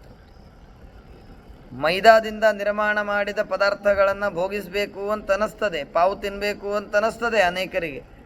ತಿಂದರೆ ಅದರ ಜೊತೆಗೆ ಕೊಲೆಸ್ಟ್ರಾಲ್ ಬರ್ತದೆ, ಎಣ್ಣೆ ಪದಾರ್ಥ ತಿಂದರೆ ದುಃಖ ಕೂಡಿದ ಆನಂದ ಅವೆಲ್ಲ. ಆದ್ದರಿಂದಾಗಿ ಅಷ್ಟೇ ನಮ್ದಲ್ಲ, ಇಂದ್ರನಿಗೆ ಸ್ವರ್ಗ ಪದವಿಯಲ್ಲಿ ಇದ್ದಾಗ ಆನಂದವಿದೆ, ಆದರೆ ಯಾವಾಗಲೂ ಅವನಿಗೆ ಒಂದು ಚಿಂತೆ ಇದೆ. ಯಾರಾದರೂ ದುಷ್ಟರು ಬಂದು ಯಾವಾಗ ಆಕ್ರಮಣ ಮಾಡ್ತಾರೆ ಗೊತ್ತಿಲ್ಲ, ಓಡೋಗುವ ಪ್ರಸಂಗ ಬರ್ತದೋ ಏನೋ, ದುಃಖ ಇದೆ, ಚಿಂತೆ ಇದೆ. ಅಂದರೆ ನಮ್ಮ ಆನಂದ ದುಃಖದಿಂದ ಕೂಡಿದ ಆನಂದ. ಆದರೆ ಭಗವಂತನ ಆನಂದ ಎಂಥದ್ದು ಅಂತಂದರೆ, ಭಗವಂತನ ಆನಂದ ಎಂಥದ್ದು ಅಂತಂದರೆ ಸುಖ, ಭಗವಂತನ ಸುಖ, ಭಗವಂತನ ಆನಂದ ಸರ್ವಥಾ ದುಃಖದಿಂದ ಕೂಡಿರ್ತಕ್ಕಂಥದ್ದಲ್ಲ, ಶುದ್ಧವಾದ ಆನಂದ. ಮುಕ್ತರ ಆನಂದನೂ ಶುದ್ಧವಾದ ಆನಂದನೇ, ಆದರೆ ಮುಕ್ತಿಯಲ್ಲಿ ಪ್ರವೇಶ ಮಾಡಿದ ಮೇಲೆ ದುಃಖ ಮಿಶ್ರಿತವಾಗದಿರುವ ಆನಂದ. ಮುಕ್ತಿ ಸಿಗುವುದಕ್ಕಿಂತ ಪೂರ್ವದಲ್ಲಿ ದುಃಖ ಕೂಡಿದ ಆನಂದನೇ ಇತ್ತು. ಆದ್ದರಿಂದ ಅನಾದಿ ಕಾಲದಿಂದ ಅನಂತ ಕಾಲದವರೆಗೆ ದುಃಖದ ಕಿಂಚಿತ್ತೂ ಸಂಬಂಧ ಇಲ್ಲದಿರುವ ಆನಂದ ಅಂತಂದರೆ ಅದು ಭಗವಂತನ ಆನಂದ, ಹೊರತು ಮುಕ್ತರ ಆನಂದ ಇತ್ಯಾದಿಗಳು ಅಲ್ಲ. ಇದೇ ಆನಂದದ ಶುದ್ಧಿ. ಅಂತಹ ಆನಂದ ಭಗವಂತನಿಗೆ ಇದೆ ಅಂತನ್ನೋದಾಗಿ ನಾವು ಚಿಂತನೆಯನ್ನು ಮಾಡಬೇಕು. ಎಷ್ಟು ತರಹದ ಆನಂದಗಳನ್ನು ಚಿಂತನೆ ಮಾಡ್ತೀರಿ ಮಾಡಿ, ಎಷ್ಟು ತರಹದ ಆನಂದಗಳನ್ನು ಚಿಂತನೆ ಮಾಡ್ತೀರಿ ಮಾಡಿ, ಎಲ್ಲ ಆನಂದಗಳು ದುಃಖ ಮಿಶ್ರಿತವಾದದ್ದು ಒಂದು. ಇನ್ನು ವ್ಯಾಸರಾಜರು ಏನು ಹೇಳಿದರು? ನಮ್ಮ ನಿಮ್ಮ ಆನಂದ ಶಾಂತವಾದದ್ದು, ಸಾತಿಶಯವಾದದ್ದು. ಅಂದರೆ ಏನು? ನಮ್ಮ ದುಃಖ, ನಮ್ಮ ಸುಖ ಅಂತನ್ನೋದೇನಿದೆ, ಇದಕ್ಕೆ ಒಂದು ಅಂತ್ಯ ಅಂತನ್ನೋದಿದೆ, ಒಂದು ಪರಿಮಿತಿ ಇದೆ, ಒಂದು ಅವಧಿ ಇದೆ. ಒಬ್ಬನ ಆನಂದಕ್ಕಿಂತ ಮತ್ತೊಬ್ಬನ ಆನಂದ ಕಡಿಮೆ ಅಥವಾ ಹೆಚ್ಚು ಅಂತನ್ನೋದಾಗಿ ಜಗತ್ತಿನಲ್ಲಿ ಕಂಡಿದೆ. ಆದರೆ ದೇವರ ಆನಂದಕ್ಕೆ ಪರಿಮಿತಿ ಇಲ್ಲ. ಇಲ್ಲಿ ಮುಗಿತಪ್ಪ ದೇವರ ಆನಂದ ಅಂತಾಗುವುದಿಲ್ಲ. ದೇವರ ಆನಂದಕ್ಕಿಂತ ಮಿಗಿಲಾದ ಆನಂದ, ಹೆಚ್ಚಿನ ಆನಂದ ಯಾರ ಆನಂದವೂ ಅಲ್ಲ. ನನ್ನ ಆನಂದಕ್ಕಿಂತ ಹೆಚ್ಚಾದ ಆನಂದ ಮತ್ತೊಬ್ಬಂದಿದೆ. ನಾನು ಯಾವಾಗಲೂ ದೃಷ್ಟಾಂತ ಕೊಡೋದುಂಟು. ಒಂದು ರೂಮ್ ಕಿಚನ್ನಲ್ಲಿ ಇರುವಂತಹ ವ್ಯಕ್ತಿಗೆ ಒಂದು ಸ್ವಂತ ಮನೆ ಇದೆ ಅಂತನ್ನುವ ಆನಂದ ಇದೆ. ಆ ಆನಂದಕ್ಕಿಂತ ಹೆಚ್ಚಿನ ಆನಂದ 2 BHK ಇರುವ ವ್ಯಕ್ತಿದು. ಅದಕ್ಕಿಂತ ಹೆಚ್ಚಿನ ಆನಂದ 3 BHK 4 BHK. ಅದಕ್ಕಿಂತ ಹೆಚ್ಚಿನ ಆನಂದ ಬಂಗ್ಲೋ ಅಲ್ಲಿ ವಿಲಾದಲ್ಲಿ ಇರುವಂಥ ವ್ಯಕ್ತಿಗಳ ಆನಂದ. ಹೀಗೆ ಆನಂದದಲ್ಲಿ ತಾರತಮ್ಯಗಳು ಪ್ರತಿ ಹಂತದಲ್ಲಿ ಬರ್ತವೆ. ಸಾಮಾನ್ಯವಾದ ಊಟ, ಉತ್ತಮವಾದ ಊಟ, ಸಾಮಾನ್ಯವಾದ ವಾಹನ, ಉತ್ತಮವಾದ ವಾಹನ, ಸಾಮಾನ್ಯ ಮೊಬೈಲು, ಉತ್ತಮ ಮೊಬೈಲು, ಸಾಮಾನ್ಯ ಚೇರು, ಅತ್ಯುತ್ತಮ ಚೇರು, ನಾರ್ಮಲ್ ಪೋಸ್ಟು, ಉತ್ತಮ ಪೋಸ್ಟು. ಹೀಗೆ ಆಯಾ ಪದಾರ್ಥಕ್ಕೆ ಅನುಗುಣವಾಗಿ ನಮ್ಮ ಆನಂದಗಳು ವ್ಯತ್ಯಾಸ ಆಗ್ತಾ ಹೋಗ್ತವೆ. ಅದರಿಂದಾಗಿ ನಮ್ಮ ಆನಂದಕ್ಕಿಂತ ಹೆಚ್ಚಿನ ಆನಂದ ಮತ್ತೊಬ್ಬರದಿದೆ ಅಂತ ಹೇಗಾಗತ್ತೋ ಹಾಗೆ ದೇವರ ಆನಂದದಲ್ಲಿ ಆಗುವುದಿಲ್ಲ. ಯಾವಾಗಿಂದಾಗಿಲ್ಲ? ಮುಂದರೆ ಆಗಬಹುದಾ? ಹಿಂದೂ ಎಂದೂ ಆಗಿಲ್ಲ, ಮುಂದೂ ಎಂದೆಂದಿಗೂ ಆಗುವುದಿಲ್ಲ. ಇಂತಹ ಆನಂದ ಭಗವಂತನ ಆನಂದವಾಗಿದೆ. ಸಂಸಾರಿಗಳ ಆನಂದಕ್ಕಿಂತೂ ಹೆಚ್ಚಾಗಿರ್ತಕ್ಕಂಥ ಆನಂದ ಮುಕ್ತರ ಆನಂದ. ಆ ಮುಕ್ತರಲ್ಲಿಯೂ ಕೂಡ ಮನುಷ್ಯೋತ್ತಮರು ಅಂತಿದ್ದಾರೆ. ಅವರುಗಳ ಆನಂದಕ್ಕಿಂತ ಋಷಿಗಳ ಆನಂದ ಹೆಚ್ಚಾದದ್ದು. ಋಷಿಗಳ ಆನಂದಕ್ಕಿಂತ ದೇವತೆಗಳ ಆನಂದ ಅಧಿಕವಾದದ್ದು. ದೇವತೆಗಳ ಆನಂದಕ್ಕಿಂತ ಇಂದ್ರನ ಆನಂದ, ಇಂದ್ರನ ಆನಂದಕ್ಕಿಂತ ರುದ್ರದೇವರ ಆನಂದ ಹೆಚ್ಚಾದದ್ದು. ರುದ್ರದೇವರ ಆನಂದಕ್ಕಿಂತ ಭಾರತೀ ಸರಸ್ವತಿಯರ ಆನಂದ ಹೆಚ್ಚು. ಅದಕ್ಕಿಂತ ಹೆಚ್ಚಾದದ್ದು ಬ್ರಹ್ಮ ವಾಯುದೇವರ ಆನಂದ. ಅದಕ್ಕಿಂತ ಹೆಚ್ಚಾದದ್ದು ಲಕ್ಷ್ಮಿಯ ಆನಂದ. ಲಕ್ಷ್ಮಿಯ ಆನಂದಕ್ಕಿಂತ ಅನಂತಾನಂತ ಅನಂತಾನಂತ ಅನಂತಾನಂತ ಪಟ್ಟು ಅನಂತವಾದ ಆನಂದ ಭಗವಂತನ ಆನಂದ. ಆ ಭಗವಂತ ಆನಂದಕ್ಕಿಂತ ಹೆಚ್ಚಾದ ಆನಂದ ಇನ್ಯಾರಿಗೂ ಇಲ್ಲ, ಯಾರಿಗೂ ಇಲ್ಲ, ಸರ್ವಥಾ ಯಾರಿಗೂ ಇಲ್ಲ. ಚಿಂತನೆ ಮಾಡಲಿಕ್ಕೆ ಹೇಳ್ತೇನೆ. ಅನಂತ ಬ್ರಹ್ಮದೇವರ ಆನಂದ ಒಂದು ಕಡೆಗೆ ಇದೆ. ಅನಂತ ಮುಕ್ತರಾದ ಶೇಷಗರುಡರಿದ್ದಾರೆ, ಅವರ ಆನಂದ ಮತ್ತೊಂದು ಕಡೆ. ಅನಂತ ಇಂದ್ರಾದಿಗಳಿದ್ದಾರೆ. ಹೀಗೆ ಮುಕ್ತಿಯಲ್ಲಿ ಇರುವ ಜೀವರಾಶಿಗಳು ಅನಂತ ಅನಂತ.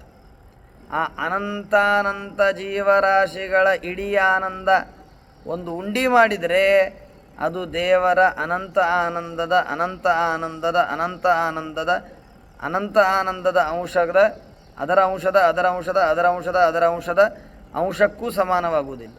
ಅಷ್ಟು ಅನಂತ ಆನಂದ ಭಗವಂತನ ಆನಂದ ಎಂಬುದಾಗಿ ನಾವು ಚಿಂತನೆಯನ್ನು ಮಾಡಬೇಕು. ಅಂದರೆ ಎಷ್ಟೇ ಆನಂದ, ಯಾರದೇ ಆನಂದ, ಲಕ್ಷ್ಮೀದೇವಿಯ ಆನಂದವನ್ನೇ ತೆಗೆದುಕೊಳ್ಳಿ, ಅದು ದೇವರ ಆನಂದಕ್ಕೆ ಸಮಾನವಾಯಿತು ಅಂತ ಆಗುವುದಿಲ್ಲ. ಹೀಗೆ ಆ ಭಗವಂತನ ಆನಂದ ಅಂತನ್ನೋದಿದೆ. ಏತಸ್ಯೈವ ಆನಂದಸ್ಯ ಅನ್ಯಾನಿ ಭೂತಾನಿ ಮಾತ್ರಾಂ ಉಪಜೀವಂತಿ ಯತೋ ವಾಚೋ ನಿವರ್ತಂತೆ ಅಪ್ರಾಪ್ಯ ಮನಸಾ ಸಹ ಆನಂದಂ ಬ್ರಹ್ಮಣೋ ವಿದ್ವಾನ್ ನ ಬಿಭೇತಿ ಕದಾಚನೇತಿ. ಈ ವಿಷಯವನ್ನು ಇವೇ ಶ್ರುತಿಗಳು ಸಾರ್ತವೆ. ಹೀಗೆ ಭಗವಂತನ ಆನಂದ ಅಪಾರವಾದದ್ದು, ಅಪರಿಮಿತವಾದದ್ದು ಅಂತ ಚಿಂತನೆಯನ್ನು ಮಾಡಬೇಕು. ಈ ಚಿಂತನೆ ಬಹಳ ಅಗತ್ಯ. ಯಾಕೆ ಅಂತಂದರೆ, ಮೊನ್ನೆ ಭಾಗವತದಲ್ಲಿ ಪ್ರಹ್ಲಾದರಾಜರು ಒಂದು ಮಾತು ಹೇಳುತ್ತಾರೆ, ಅದನ್ನು ನಾವು ನೆನಪಿನಲ್ಲಿ ಇಟ್ಕೊಳ್ಬೇಕು. ದೇವರಿಗೆ ಏನಿದೆ ಅಂತ ನಾವು ಚಿಂತನೆ ಮಾಡ್ತೇವೆ, ಅದನ್ನು ದೇವರು ನಮಗೆ ಕೊಡ್ತಾನೆ. ಯಥಾ ಮುಖಶ್ರೀಹಿ ಅಂತ ಹೇಳ್ತಾರೆ. ತಚ್ಚಾತ್ಮನೇ ಪ್ರತಿಮುಖಸ್ಯ ಯಥಾ ಮುಖಶ್ರೀಹಿ ಅಂತ. ದೇವರು ತಂ ಯಥಾ ಯಥಾ ಉಪಾಸತೆ ತಥೈವ ಭವತಿ ಅಂತ ಮತ್ತೊಂದು ವಾಕ್ಯ. ದೇವರನ್ನು ಆನಂದಪೂರ್ಣ ಅಂತ ಉಪಾಸನೆ ಮಾಡಿದರೆ ದೇವರು ನಮಗೆ ನಮ್ಮ ಯೋಗ್ಯತೆಗೆ ಪೂರ್ಣವಾದ ಆನಂದ ಕೊಡ್ತಾನೆ. ದೇವರು ಜ್ಞಾನಮಯ ಅಂತ ದೇವರನ್ನು ಉಪಾಸನೆ ಮಾಡಿದರೆ ನಮ್ಮನ್ನು ದೇವರು ಜ್ಞಾನವುಳ್ಳವರನ್ನಾಗಿ ಮಾಡ್ತಾನೆ. ಹೀಗೆ ನಮಗೆ ಯಾವ ಗುಣಗಳ ಬೇಕೋ ಆ ಗುಣಗಳು ದೇವರಲ್ಲಿ ಉಂಟು ಅಂತ ಉಪಾಸನೆ ಮಾಡಿದರೆ ದೇವರ ಗುಣಗಳನ್ನು ನಮ್ಮಲ್ಲಿ ಕೊಡ್ತಾನೆ. ಯಾವ ದೋಷಗಳನ್ನು ನಾವು ನಿವಾರಣೆ ಮಾಡ್ಕೋಬೇಕಾಗಿದೆಯೋ ಆ ದೋಷಗಳು ದೇವರಲ್ಲಿಲ್ಲ ಅಂತ ಚಿಂತನೆ ಮಾಡಿದರೆ ಆ ದೋಷಗಳ ನಿವಾರಣೆ ಆಗುತ್ತದೆ. ಹೀಗೆ ಶುದ್ಧ ಆನಂದ, ಶುದ್ಧಾನಂದೋರು ಸಂವಿತ್, ಊರು ಸಂವಿತ್, ಅಪಾರವಾದ ಸಂವಿತ್. ಸಂವಿತ್ ಶಬ್ದಕ್ಕೆ ಜ್ಞಾನ ಅಂತನ್ನೋದಾಗಿ ಅರ್ಥ ಇದೆ. ದೇವರ ಜ್ಞಾನ ಹೇಗಿದೆ? ಊರು ಆದಂತಹ ಜ್ಞಾನ. ಶುದ್ಧಾನಂದೋರು ಸಂವಿತ್ ಅಂದರೆ ಏನು? ಯಾವ ಜ್ಞಾನದಲ್ಲಿ ಎಲ್ಲ ಪದಾರ್ಥಗಳು ತೋರುತ್ತವೋ ಅಂತಹ ಜ್ಞಾನ ಊರು ಸಂವಿತ್, ಶ್ರೇಷ್ಠವಾದಂತಹ ಸಂವಿತ್, ಶ್ರೇಷ್ಠವಾದಂತಹ ಜ್ಞಾನ. ಈಗ ಏನಿದೆ ಅಂತಂದರೆ, ಸೂರ್ಯ ಇದ್ದಾನೆ. ಸೂರ್ಯ ಏನು ಮಾಡ್ತಾನೆ? ಎಲ್ಲ ಪದಾರ್ಥಗಳನ್ನು ನಮಗೆ ತೋರಿಸ್ತಾನೆ. ನಿಜವಾಗಿಯೂ ಎಲ್ಲ ಪದಾರ್ಥಗಳನ್ನು ತೋರಿಸ್ತಾನ ಸೂರ್ಯ? ಸೂರ್ಯನ ಪ್ರಕಾಶಕ್ಕೆ, ಸೂರ್ಯನ ದ್ಯುತಿಗೆ ಆ ಸಾಮರ್ಥ್ಯ ಇದೆ. ಅದನ್ನು ಮುಂದೆ ನೋಡೋಣ. ಸರಿ, ಅದನ್ನು ಮುಂದೆ ನೋಡೋಣ. ಊರು ಸಂವಿತ್, ಸಂವಿತ್ ಜ್ಞಾನದ ಬಗ್ಗೆನೇ ನೋಡೋಣ. ಲಕ್ಷ್ಮೀದೇವಿಯ ಜ್ಞಾನ ಇದೆ. ಆ ಲಕ್ಷ್ಮೀಯ ದೇವಿಯ ಜ್ಞಾನ ಎಲ್ಲ ಪದಾರ್ಥಗಳನ್ನು ವಿಷಯೀಕರಿಸ್ತದ? ಜಗತ್ತಿನಲ್ಲಿ ಇರುವ ಎಷ್ಟೆಲ್ಲ ವಿಷಯಗಳು, ಆ ಎಲ್ಲ ವಿಷಯಗಳ ಬಗ್ಗೆ ಲಕ್ಷ್ಮೀದೇವಿಗೆ ಜ್ಞಾನ ಉಂಟಾ? ಎಲ್ಲ ವಿಷಯಗಳ ಬಗ್ಗೆ ಜ್ಞಾನ ಇಲ್ಲ ಲಕ್ಷ್ಮೀದೇವಿ. ಯಾಕಿಲ್ಲ? ಯಾಕಿಲ್ಲ ಅಂತಂದರೆ, ಎಲ್ಲ ಅಂತಂದಾಗ ಭಗವಂತನ ಗುಣಗಳು, ಭಗವಂತನ ರೂಪಗಳು, ಭಗವಂತನ ಆನಂದ ಇದೆಲ್ಲವೂ ಅದರೊಳಗೆ ಇನ್ಕ್ಲೂಡ್ ಆಗುತ್ತೆ. ಲಕ್ಷ್ಮೀದೇವಿಗೆ ಭಗವಂತನ ಅನಂತಾನಂತ ರೂಪಗಳ ಜ್ಞಾನವಿದ್ದರೂ ಕೂಡ ಇನ್ನೂ ಅವಳಿಗೆ ತಿಳಿಯದಿರುವಂತಹ ರೂಪಗಳಿವೆ. ಅವುಗಳು ಪೂರ್ಣವಾಗಿ ಎಂದೂ ಲಕ್ಷ್ಮೀದೇವಿ ತಿಳಿಲಿಕ್ಕಾಗುವುದಿಲ್ಲ. ಲಕ್ಷ್ಮೀ ಈಗೇನು ಗುಣಗಳನ್ನು, ರೂಪಗಳನ್ನು ತಿಳಿದಿದ್ದಾಳೆ, ಅಷ್ಟು ಯಾವಾಗಲೂ ತಿಳಿದೇ ಇರ್ತಾಳೆ. ಅದಕ್ಕಿಂತ ಹೆಚ್ಚಿನ ತಿಳಿದ್ಲು ಅಂತ ಲಕ್ಷ್ಮೀದೇವಿಗೆ ಆಗುವುದಿಲ್ಲ. ಭಗವಂತನ ವ್ಯಾಪ್ತಿಯನ್ನು ಪರಿಪೂರ್ಣವಾಗಿ ಅವಳೂ ಅರ್ಥ ಮಾಡಿಕೊಂಡಿಲ್ಲ. ದೇವರ ಅನಂತಾನಂತ ರೂಪಗಳಲ್ಲಿ ಎಲ್ಲ ರೂಪವನ್ನು ತಿಳ್ಕೊಂಡ್ಬಿಟ್ಲು ಲಕ್ಷ್ಮೀದೇವಿ ಅಂತ ಆಗುವುದಿಲ್ಲ. ಆದ್ದರಿಂದಾಗಿ ಲಕ್ಷ್ಮೀದೇವಿಯ ಜ್ಞಾನ ನಮ್ಮ ನಿಮ್ಮ ಜ್ಞಾನಕ್ಕಿಂತ ಅತೀ ಹೆಚ್ಚಾದರೂ ಕೂಡ ಅದು ಊರು ಸಂವಿತ್ ಅಂತನ್ನೋದಾಗಿ ಆಗುವುದಿಲ್ಲ. ಹೀಗೆ ಭಗವಂತನ ಜ್ಞಾನವಿದೆ. ಬ್ರಹ್ಮದೇವರಿಗೆ ಅನಂತ ಜ್ಞಾನ ಇದೆ, ವಾಯುದೇವರಿಗೆ ಅನಂತ ಜ್ಞಾನ, ಮಹಾಲಕ್ಷ್ಮೀ ದೇವಿಗೆ ಅನಂತ ಜ್ಞಾನ. ಆದರೆ ಅವರಿಗೂ ಎಲ್ಲರಿಗೂ ತಿಳಿಯದಿರುವ ರೂಪಗಳು, ಆನಂದ, ಕ್ರಿಯಾ ಇದೆಲ್ಲವೂ ದೇವರಲ್ಲಿ ಇದೆ. ಆದರೆ ತನ್ನ ಅನಂತ ರೂಪಗಳನ್ನು, ತನ್ನ ಅನಂತ ಕ್ರಿಯೆಯನ್ನು, ತನ್ನ ಅನಂತ ಗುಣಗಳನ್ನು ಭಗವಂತ ತಿಳಿದಿದ್ದಾನೆ. ಆದ್ದರಿಂದಾಗಿ ಭಗವಂತನ ಜ್ಞಾನ ಏನಾಗುತ್ತದೆ? ಊರು ಜ್ಞಾನ, ಶ್ರೇಷ್ಠವಾದ ಅನಂತ ಜ್ಞಾನ ಅಂತ ಕರೆಸಿಕೊಳ್ತದೆ. ದೇವರ ಜ್ಞಾನ ಸಾಮಾನ್ಯವಾದಂಥ ಜ್ಞಾನ ಅಲ್ಲ. ಈಗೇನು ನಾವು ಉಪನ್ಯಾಸ ಮಾಡ್ತಾ ಇದ್ದೇವೆ, ಈಗೇನು ನಾವು ಶಬ್ದಗಳನ್ನು ಆಡ್ತಾ ಇದ್ದೇವೆ, ಈಗೇನು ನಮ್ಮ ಮನಸ್ಸಿನಲ್ಲಿ ಭಾವನೆ ಇದೆ, ಈಗೇನು ನಮ್ಮ ಸ್ಥಿತಿಗತಿಗಳಿವೆ, ಈ ಸ್ಥಿತಿಗತಿಗಳ ಜ್ಞಾನ, ಶಬ್ದದ ಜ್ಞಾನ, ಕ್ರಿಯೆಯ ಜ್ಞಾನ, ಪ್ರವೃತ್ತಿಯ ಜ್ಞಾನ, ಇದೆಲ್ಲವೂ ಅನಾದಿ ಕಾಲದಿಂದ ಭಗವಂತನಿಗೆ ಸದಾ ಇದೆ. ನಮ್ಮ ಒಂದೊಂದು ಮನಸ್ಸಿನ ಪ್ರವೃತ್ತಿನೂ ಭಗವಂತ ತಿಳಿದಿದ್ದಾನೆ. ಯಾವಾಗಿಂದ? ಅನಾದಿ ಕಾಲದಿಂದ ಹಿಂದೆ ತಿಳಿದಿದ್ದಾನೆ. ಈಗ ತಿಳ್ಕೊಂಡ ಅಂತಾಗುವುದಿಲ್ಲ. ನಮಗೀಗಾಗುವಂಥ ಸುಖ ಅದು ಅನಾದಿ ಕಾಲದಿಂದ ಅನಂತ ಕಾಲದವರೆಗೆ ದೇವರು ತಿಳಿದಿರುತ್ತಾನೆ. ಇಂತಹ ಅನಂತವಾದ ಅಪಾರ ಅಪಾರ ಅಪಾರ ನಮ್ಮೊಬ್ಬರ ಬಗ್ಗೆ ಅಲ್ಲ, ಎಲ್ಲರ ಬಗ್ಗೆನೂ ದೇವರಿಗೆ ಈ ವಿಧವಾದಂತಹ ಜ್ಞಾನ ಇದೆ. ಒಂದು ಪರಮಾಣು, ಆ ಪರಮಾಣುವಿನ ಅಂಶಗಳು, ಇದರ ಬಗ್ಗೆನೂ ದೇವರಿಗೆ ಜ್ಞಾನ ಉಂಟು. ಅವ್ಯಾಕೃತವಾದ ಅನಂತ ಆಕಾಶದ ಬಗ್ಗೆನೂ ಜ್ಞಾನ ಉಂಟು. ಅನಂತವಾದಂತಹ ಪ್ರಕೃತಿಯ ಬಗ್ಗೆನೂ ಜ್ಞಾನ ಉಂಟು. ಪ್ರಕೃತಿಯ ಒಂದೊಂದು ಅಂಶದ ಬಗ್ಗೆನೂ ಭಗವಂತನಿಗೆ ಪರಿಪೂರ್ಣ ಜ್ಞಾನ ಉಂಟು. ಆದ್ದರಿಂದಾಗಿ ಭಗವಂತನನ್ನು ಊರು ಸಂವಿತ್ ಅಂತನ್ನೋದಾಗಿ ತಿಳಿಬೇಕು. ಅದೇ ರೀತಿಯಾಗಿ ದೇವರ ಜ್ಞಾನದ ಬಗ್ಗೆನೂ ಹೀಗೆ ತಿಳಿಬೇಕು. ದೇವರ ಜ್ಞಾನ ಶಾಂತವಲ್ಲ, ದೇವರ ಜ್ಞಾನ ಸಾತಿಶಯವಲ್ಲ. ದೇವರ ಜ್ಞಾನ ಇಲ್ಲಿ ಮುಗೀತು ಅಂತ ಆಗುವುದಿಲ್ಲ. ದೇವರ ಜ್ಞಾನದಕ್ಕಿಂತ ಹೆಚ್ಚಿನ ಜ್ಞಾನ ಮತ್ತೊಬ್ಬರದಿದೆ ಅಂತನ್ನೋದಾಗಿಯೂ ಇರುವುದಿಲ್ಲ. ನಾವು ಎಷ್ಟೇ ಒಂದು ಘಟವನ್ನು ತಿಳಿದರೂ ಕೂಡ ಆ ಘಟದ ಬಗ್ಗೆ ಮತ್ತೆ ಕಿಂಚಿತ ಅಜ್ಞಾನ ಅಂತನ್ನೋದು ನಮಗಿರ್ತದೆ. ಹಾಗೆ ದೇವರದ್ದು ಆಗುವುದಿಲ್ಲ. ಊರು ಸಂವಿತ್. ಮುಂದಿಂದು ದ್ಯುತಿ. ಇಲ್ಲೇ ಆ ಊರು ಅಂತನ್ನೋದು ಎಲ್ಲದಕ್ಕೂ ಹಚ್ಕೊಳ್ಬೇಕು. ಶುದ್ಧಾನಂದ ಊರು ಸಂವಿತ್ ದ್ಯುತಿ ಬಲ ಅಂತ ಹೇಳ್ಯಾರಲ್ಲ. ಊರು ಸಂವಿತ್, ಊರು ದ್ಯುತಿ, ಊರು ಬಲ ಅಂತನ್ನೋದಾಗಿ ಅನ್ವಯ ಮಾಡಿಕೊಳ್ಬೇಕು. ಊರು ದ್ಯುತಿ. ದ್ಯುತಿ ಅಂತಂದರೆ ಏನು? ಕಾಂತಿ, ಪ್ರಕಾಶ, ಬೆಳಕು. ದೇವರ ಪ್ರಕಾಶ, ದೇವರ ಬೆಳಕು, ದೇವರ ಕಾಂತಿ ಅಂತನ್ನೋದೇನಿದೆ, ಇದು ಊರು ಅನಂತವಾಗಿದೆ, ಅಪಾರವಾಗಿದೆ, ಅತ್ಯಧಿಕವಾಗಿದೆ. ನಾನು ಆಗಲೇ ಹೇಳ್ತಾ ಇದ್ದೇನಲ್ಲ, ಸೂರ್ಯ ಪದಾರ್ಥಗಳನ್ನು ಬೆಳಗ್ತಾನೆ, ಚಂದ್ರ ಪದಾರ್ಥಗಳನ್ನು ಬೆಳಗ್ತಾನೆ. ರಾತ್ರಿ ಕಾಲದಲ್ಲಿ ಏನೂ ಕಾಣುವುದಿಲ್ಲ ಅಂತ ಅನ್ನೋದಕ್ಕೆ ನಮ್ಮ ಮನೆಯಲ್ಲಿ ಟ್ಯೂಬ್ಲೈಟ್ ಹಚ್ಕೋತೇವೆ, ಹಲೋಜನ್ ಹಚ್ಕೋತೇವೆ, ಅಥವಾ ಎಣ್ಣೆ ದೀಪ, ತುಪ್ಪದ ದೀಪಗಳನ್ನು ಹಚ್ತೇವೆ. ಆ ಎಲ್ಲ ದೀಪಗಳೇನು ಮಾಡ್ತವೆ? ಪದಾರ್ಥಗಳನ್ನು ಬೆಳಗ್ತವೆ. ಆದರೆ ಅದಕ್ಕೊಂದು ಲಿಮಿಟೇಷನ್ ಇದೆ. ಎಲ್ಲ ಪದಾರ್ಥಗಳನ್ನು ಸೂರ್ಯ ಬೆಳಗ್ತಾನೆ, ಚಂದ್ರ ಬೆಳಗ್ತಾನೆ ಅಂತ ಹೇಳಲಿಕ್ಕಾಗುವುದಿಲ್ಲ. ಸೂರ್ಯನ ಪ್ರಕಾಶಕ್ಕೂ ಸಿಗದ ಅನೇಕ ವಸ್ತುಗಳಿವೆ. ಮಾಡರ್ನ್ ಸೈನ್ಸ್ ಹೇಳುವ ಪ್ರಕಾರ ಸೂರ್ಯನ ಕಿರಣ ಇಡೀ ಯೂನಿವರ್ಸನ್ನು, ಇಡೀ ಗ್ಯಾಲಕ್ಸಿಯನ್ನು ವ್ಯಾಪಿಸ್ತದೇನೋ? ವ್ಯಾಪಿಸುವುದಿಲ್ಲ. ನಮ್ಮ ಶಾಸ್ತ್ರವೂ ಹೇಳ್ತದೆ, ಲೋಕ ಪರ್ವತ ಇತ್ಯಾದಿಗಳನ್ನು ಹೇಳಿ ಅದರ ಆಚೆಯಲ್ಲಿ ಸೂರ್ಯನ ಪ್ರಕಾಶ ಬೀಳುವುದಿಲ್ಲ ಅಂತ. ಅಂದಮೇಲೆ ಸೂರ್ಯನ ಪ್ರಕಾಶಕ್ಕೂ ಎಲ್ಲ ಪದಾರ್ಥಗಳನ್ನು ಬೆಳಗುವ ಸಾಮರ್ಥ್ಯ ಅಂತನ್ನೋದು ಇಲ್ಲ. ಹೋಗಲಿ, ಸೂರ್ಯನ ಪ್ರಕಾಶದಲ್ಲಿ ನಮಗೆ ಪುಸ್ತಕ ಕಾಣುತ್ತೆ, ಪ್ರಿಂಟು ಕಾಣುತ್ತೆ, ಆಭರಣಗಳು ಕಾಣ್ತವೆ, ಮೈಕ್ ಕಾಣ್ತದೆ, ಟೇಬಲ್ ಕಾಣ್ತದೆ, ರೋಡ್ ಕಾಣ್ತದೆ, ಇಂತಹ ಪದಾರ್ಥಗಳು ಕಾಣ್ತವೆ. ಸೂರ್ಯನ ಬೆಳಕಿಗೆ ದೇವರ ಗುಣಗಳನ್ನು ತಿಳಿಸುವ ಸಾಮರ್ಥ್ಯ ಉಂಟಾ? ಸರ್ವಥಾ ಇಲ್ಲ.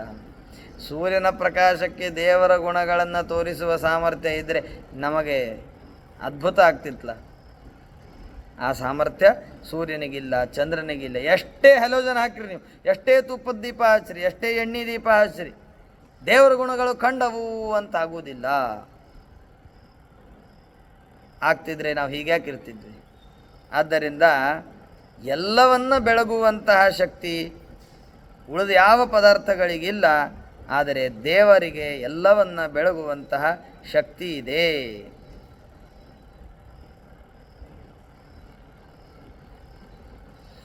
ಚಿಂತನೆಯನ್ನು ಮಾಡಬೇಕು. ಈ ಚಿಂತನೆ ಮಾಡೋದು ಅಷ್ಟು ಸುಲಭವಾದದ್ದಲ್ಲ, ಹೇಳೋದು ಎಷ್ಟು ಸುಲಭವೋ ಅಷ್ಟು ಸುಲಭವಾದದ್ದಲ್ಲ.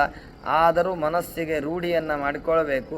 ಒಬ್ಬ ಸೂರ್ಯ, ಆ ಒಬ್ಬ ಸೂರ್ಯನ ಪ್ರಕಾಶ, ಬೆಳಕು. ಸೂರ್ಯನ ಪ್ರಕಾಶ ಏನು ಅಂತನ್ನೋದೇ ನಮಗೆ ಅರ್ಥ ಆಗಿಲ್ಲ ನಿಜವಾಗಿ. ಸೂರ್ಯನ ಬೆಳಕಿನ ಸಾಮರ್ಥ್ಯವೇನು ಅಂತನ್ನೋದೇ ನಿಜವಾಗಿ ಅರ್ಥ ಆಗಿಲ್ಲ. ಹೀಗಿದ್ದಾಗ ಆ ಅನಂತಾನಂತ ಸೂರ್ಯರು ಏಕಕಾಲದಲ್ಲಿ ಉದಿಸಿದರೆ ಏನು ಬೆಳಕಾಗಬೇಕೋ ಆ ಬೆಳಕು ಭಗವಂತನ ಬೆಳಕಿನ ಎದುರಿನಲ್ಲಿ ಒಂದು ಸಣ್ಣ ಮಿಣಿ ಮಿಣಿ ಮಿಣಿ ಮಿಣಿ ದೀಪ ಇದ್ದಂತೆ ಅಂತ ನಾವು ತಿಳಿಬೇಕು. ಅನಂತ ಸೂರ್ಯರು ಏಕಕಾಲದಲ್ಲಿ ಉದಿಸಿದ್ದಾರೆ. ಈಗ ಬೇಸಿಗೆ ಕಾಲ ನಡೀತಾ ಇದೆ. ಒಂದು ಕಡೆಗೆ ಒಬ್ಬರು ಹೇಳ್ತಾರೆ 38 ಡಿಗ್ರಿ, ಒಬ್ಬರು ಅಂತಾರೆ 40 ಡಿಗ್ರಿ, ಒಬ್ಬರು ಅಂತಾರೆ 44 ಡಿಗ್ರಿ. ನಮ್ಮ ಊರಿನಲ್ಲಿ ಆಯಾ ಊರಿನಲ್ಲಿ ಆಗಾಗ ಬೀಸಲಿದೆ. ಆ ಪ್ರಖರವಾದಂಥ ತೇಜಸ್ಸು, ಒಬ್ಬ ಸೂರ್ಯನ ತೇಜಸ್ಸು, ಅದನ್ನು ಅನಂತ ಪಟ್ಟಾಗಿ ಮಾಡಿ ಅಂತಹ ಸೂರ್ಯರ ಆ ಅನಂತ ಪ್ರಕಾಶನೂ ಕೂಡ ದೇವರ ಪ್ರಕಾಶದ ಅನಂತಾಂಶದ ಅನಂತಾಂಶದ ಅನಂತಾಂಶದ ಒಂದು ಭಾಗಕ್ಕೂ ಸರಿಯಾಗುವುದಿಲ್ಲ. ಅಂತಹ ಪ್ರಕಾಶ, ಅಂತಹ ಕಾಂತಿ ಭಗವಂತನ ಕಾಂತಿ.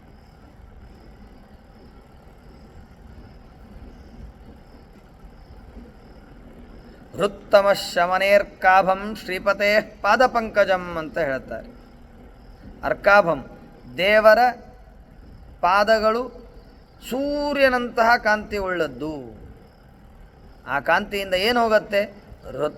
ಹೃದಯದಲ್ಲಿ ಇರುವ ಅಜ್ಞಾನವೆಂಬಂಥ ಕತ್ತಲೆ ಹೋಗುತ್ತೆ. ಸೂರ್ಯನಿಗೆ ಕತ್ತಲೆ ಹೋಗಿಸುವ ಸಾಮರ್ಥ್ಯ ಇದೆ. ಹೊರಗಡೆ ಇರುವ ಕತ್ತಲೆ ಹೋಗಿಸ್ತಾನೆ ಸೂರ್ಯ. ಒಳಗಡೆ ಇರುವ ಕತ್ತಲೆಯನ್ನು ಹೋಗಿಸುವ ಸಾಮರ್ಥ್ಯ ಸೂರ್ಯನಿಗಿಲ್ಲ, ಅದು ಭಗವಂತನಿಗೆ ಉಂಟು. ಭಗವಂತ ಹೊರಗಿನ ಕತ್ತಲೆಯನ್ನು ಹೋಗಿಸ್ತಾನೆ, ಒಳಗಿನ ಕತ್ತಲೆಯನ್ನು ಹೋಗಿಸ್ತಾನೆ. ಸೂರ್ಯಾದಿಗಳು ಕೇವಲ ಹೊರಗಡೆ ಇರುವ ಕತ್ತಲೆಯನ್ನು ಕೆಲವು ಪ್ರಮಾಣದಲ್ಲಿ ಹೋಗಿಸ್ತಾರೆ. ಇದು ವ್ಯತ್ಯಾಸ. ಮುಂದಿಂದ ಹೇಳ್ತಾರೆ ಊರು ಬಲ. ಬಲ ಅಂದರೆ ಶಕ್ತಿ, ಅನಂತವಾದಂಥ ಶಕ್ತಿ, ದೇವರ ಶಕ್ತಿ. ಅಂದರೆ ಏನು? ದೇವರ ಶಕ್ತಿ ಅಪ್ರತಿಹತ. ಪ್ರತಿಹತ ಅಂತಂದ್ರೆ ತಡೆ ಇದ್ದದ್ದು, ಅಪ್ರತಿಹತ ಅಂತಂದ್ರೆ ತಡೆ ಇಲ್ಲದಿದ್ದದ್ದು. ದೇವರ ಶಕ್ತಿಗೆ ಯಾವ ವಿಧವಾದಂತಹ ಅಡೆತಡೆಗಳು ಇಲ್ಲ. ರಮಾ ಬ್ರಹ್ಮಾದಿ ಎಲ್ಲ ದೇವತೆಗಳಿಗಿಂತಲೂ ಅತ್ಯಧಿಕವಾದಂತಹ ಬಲ ಭಗವಂತನ ಬಲ. ಎಲ್ಲ ದೇವತೆಗಳನ್ನು ಒಟ್ಟುಗೂಡಿಸಿ, ಲಕ್ಷ್ಮೀದೇವಿಯನ್ನು ಒಟ್ಟುಗೂಡಿಸಿ, ಬ್ರಹ್ಮದೇವರನ್ನು, ಅನಂತ ಬ್ರಹ್ಮರನ್ನು ಒಟ್ಟುಗೂಡಿಸಿ ಎಲ್ಲರ ಶಕ್ತಿಗಳಿಂದ ದೇವರನ್ನು ನಾವು ಮಣಿಸ್ತೇವೆ ಅಂತ ಅವ್ರು ಬಂದರೆ ದೇವರನ್ನು ಮಣಿಸ್ಲಿಕ್ಕೆ ಅವ್ರಿಗಾಗುವುದಿಲ್ಲ. ಎಂದೂ ದೇವತೆಗಳು ದೇವರನ್ನು ಮಣಿಸ್ಲಿಕ್ಕೆ ಬರ್ತೇವೆ ಅಂತ ಬರುವುದಿಲ್ಲ, ಬಂದರೂ ಆಗುವುದಿಲ್ಲ. ಇಂದ್ರ ಬಂದನಲ್ಲ, ಭಾಗವತದಲ್ಲಿ ಕತೆ ಬರ್ತದಲ್ಲ, ಮಳೆಗರೆದು ನಾನು ದೇವರನ್ನು ಮಣಿಸ್ತೇನೆ, ಕೃಷ್ಣನನ್ನು ಮಣಿಸ್ತೇನೆ ಅಂತ ಬಂದರೆ ತಾನು ಮಣದು ಹೋದನೇ ಹೊರತು ದೇವರು ಮಣಿಲಿಲ್ಲ ಅಂತನ್ನೋದಾಗಿ ನಾವು ಚಿಂತನೆಯನ್ನು ಮಾಡಬೇಕು. ದೇವರನ್ನು ಎದುರಿಸುವ ಶಕ್ತಿ ಯಾರಿಗೂ ಇಲ್ಲ. ನ ರಾಮ ಬಾಣಧಾರಣೆ ಕ್ಷಮಾ ಸುರೇಶ್ವರ ಅಪಿ ವಿರಿಂಚಿ ಸರ್ವಪೂರ್ವಕ ಕಿಮುತ್ತಮಲ್ಪಸಾರಕ. ದೇವರು ಒಮ್ಮ ಧನುಷ್ಯ ಬಾಣಗಳನ್ನು ಹಿಡದ ಅಂತಂದರೆ ಆ ದೇವರನ್ನು ಎದುರಿಸುವ ಸಾಮರ್ಥ್ಯ ಬ್ರಹ್ಮಾದಿ ದೇವತೆಗಳಿಗಿಲ್ಲೋ ರಾವಣ, ನೀನೇನು ಹುಳ ಅಂತನ್ನೋದಾಗಿ ಹನುಮಂತ ದೇವರು ಲಂಕೆಯಲ್ಲಿ ಅವನ ಎದುರು ಹೇಳಿ ಬರ್ತಾರೆ. ಅಂತಹ ಬಲ ಭಗವಂತನ ಬಲ. ನಮ್ಮೆಲ್ಲರ ಶಕ್ತಿಗೆ ಒಂದು ತಡೆ ಇದೆ, ಒಂದು ಲಿಮಿಟೇಷನ್ ಇದೆ. ಇಲ್ಲೆಲ್ಲ ಓಡಾಡ್ತೇವೆ, ಗೋಡೆ ಬಂದರೆ ಗೋಡೆಗೆ ಸುತ್ತಾಕಿ ಹೋಗ್ತೇವೆ ಹೊರತು ಗೋಡೆಯನ್ನು ದಾಟಿ ಹೋದೆ ಅಂತ ಅನ್ನೋದಾಗೋದಿಲ್ಲ. ನೀವು ಎಷ್ಟು ಕೆಲಸ ಮಾಡ್ಬೋದು? ನಾ ಇಲ್ಲಿ ಒಟ್ಟಿಗೆ ಈ ಅಧಿಕಾರಿತನ ನಾನು ಮುಟ್ಬೋದು ನೋಡ್ರಿ, ಆ ಮೇಲಿನ ಅಧಿಕಾರಿ ಐ ಕಾಂಟ್ ಹ್ಯಾಂಡಲ್ ಅಂತಂತ. ಇಷ್ಟು ಅಧಿಕಾರಿಗಳವರೆಗೆ ನನ್ನ ಸಾಮರ್ಥ್ಯ ಇದೆ. ಈ ದೇಶವನ್ನು ನಾವು ಸೋಲಿಸ್ಬೋದು, ಆದರೆ ಅದರ ಮುಂದಿಂದು ಆಗೋದಿಲ್ಲ. ಈಗ ಯುದ್ಧ ನಡೀತಾ ಇದೆಯಲ್ಲ ಅಮೆರಿಕ ವಿರುದ್ಧ, ಪೂರ್ಣವಾಗಿ ತಡಿತೇವೆ ಅಂತ ಅಮೆರಿಕಕ್ಕೂ ಆಗ್ತಾ ಇಲ್ಲ. ಅದರಿಂದಾಗಿ ಎಲ್ಲರ ಶಕ್ತಿಗೂ ಒಂದು ತಡೆ ಅಂತ ಅನ್ನೋದಿದೆ. ಆದರೆ ರೆಸಿಸ್ಟೆನ್ಸ್ ಅಂತಾರಲ್ಲ, ತಡೆ ಅಂತಾರಲ್ಲ, ಆ ರೆಸಿಸ್ಟೆನ್ಸು ದೇವರ ಶಕ್ತಿಗೆ ಯಾರಿಗೂ ಕೊಡಲಿಕ್ಕಾಗೋದಿಲ್ಲ. ದೇವರ ಶಕ್ತಿಯನ್ನು ತಡೆದ್ವಿ ಆಗೋದಿಲ್ಲ. ನೀರಿನ ಶಕ್ತಿಯನ್ನು ತಡಿತೇವಲ್ಲ, ದೊಡ್ಡ ಗೋಡೆ ಕಟ್ಟಿದ್ವಿ ಅಂತ ಅನ್ನೋದಾದರೆ ಆ ನೀರಿನ ಏನು ಪ್ರವಾಹ ಇದೆ, ಆ ಬಲ ಇದೆ, ಅದನ್ನು ತಡಿಲಿಕ್ಕಾಗತ್ತೆ. ಮನೆಯನ್ನು ಕಟ್ಟಿ ಆ ಗಾಳಿಯ ತಡೆಯನ್ನು ನಾವು ಗಾಳಿಯ ಪ್ರವಾಹವನ್ನು ನಾವು ತಡಿಬಹುದು. ಆದರೆ ದೇವರ ಶಕ್ತಿಯನ್ನು ಯಾವ ಯಾವ ವಿಧವಾಗಿಯೂ ಕೂಡ ಯಾರೂ ತಡಿಲಿಕ್ಕೆ ಸಾಧ್ಯ ಇಲ್ಲ. ಕೆಲವು ಕೆಲಸ ಮಾಡಬೇಕು ಅಂತ ನಮಗೆ ಅನಿಸ್ತಿರ್ತದೆ, ತಡೆದು ಬಿಡ್ತಾರೆ, ಏನೂ ಮಾಡಲಿಕ್ಕಾಗುವುದಿಲ್ಲ. ನಮ್ಮ ಶಕ್ತಿಗೆ ಭಾರಿ ತಡೆ ಇದೆ, ಭಾರಿ ಅಲ್ಪವಾದಂಥ ಶಕ್ತಿ. ದೇವರ ಶಕ್ತಿ ಅನಲ್ಪವಾಗಿರ್ತಕ್ಕಂತಹ ಶಕ್ತಿ. ದೇವರ ಶಕ್ತಿಗೆ ಅಶಕ್ಯವಾದದ್ದು ಯಾವುದೂ ಇಲ್ಲ. ಇದನ್ನು ಒಂದು ತಿಳ್ಕೊಳ್ಬೇಕು ನಾವು. ಇಷ್ಟನ್ನು ತಿಳ್ಕೊಂಡು ಇವತ್ತಿನ ಈ ಪ್ರವಚನವನ್ನು ಅಥವಾ ಚಿಂತನೆಯನ್ನು, ವ್ಯಾಸಗದ್ಯದ ಚಿಂತನೆಯನ್ನು ಮುಗಿಸೋಣ. ದೇವರ ಶಕ್ತಿಗೆ ಅಶಕ್ಯ ಅಂತ್ಯಾವುದೂ ಇಲ್ಲ. ಅದಕ್ಕೆ ಯಾವಾಗಲೂ ಹೇಳ್ತಿರ್ತಾರೆ, ಶ್ವಪಚನಿಗೂ ಬ್ರಹ್ಮ ಪದವಿಗೆ ಕೂಡಿಸಬಹುದು ದೇವರು, ಬ್ರಹ್ಮದೇವರನ್ನು ಶ್ವಪಚನನ್ನಾಗಿ ಮಾಡಬಹುದು. ಏಕಕಾಲದಲ್ಲಿ ಅನಂತಾನಂತ ಬ್ರಹ್ಮಾಂಡಗಳನ್ನು ಸೃಷ್ಟಿ ಅನಾಯಾಸವಾಗಿ ದೇವರು ಮಾಡಬಹುದು, ಏಕಕಾಲದಲ್ಲಿ. ಈಗ ಮುಕ್ತರಾಗಿರುವರನ್ನು ಕೂಡ ಸಂಸಾರಿಗಳನ್ನಾಗಿ ದೇವರು ಮಾಡಬಹುದು. ಈಗ ಸಂಸಾರಿಗಳಾಗಿರ್ತಕ್ಕಂಥ ನಮ್ಮನ್ನು ಕೂಡ ದೇವರು ಒಂದೇ ಕ್ಷಣದಲ್ಲಿ ಮುಕ್ತಿಯಲ್ಲಿ ಇಡಬಹುದು. ದೇವರಿಗೆ ಅಶಕ್ಯವಾದದ್ದು ಯಾವುದೂ ಇಲ್ಲ. ನನಗೆ ಹೆಂಗೆ ಬ್ರಹ್ಮ ಪದವಿ ಬರ್ತದೆ? ದೇವರು ಮನಸ್ಸು ಮಾಡಿದ ಅಂತ ನನ್ನನ್ನು ಬ್ರಹ್ಮ ಪದವಿಗೆ ಕೂಡಿಸ್ಬೋದು. ದೇವರಾಗಿ ಮನಸ್ಸು ಮಾಡುವುದಿಲ್ಲ, ನಾನು ಬ್ರಹ್ಮ ಪದವಿಗೆಂದು ಏರುವುದಿಲ್ಲ.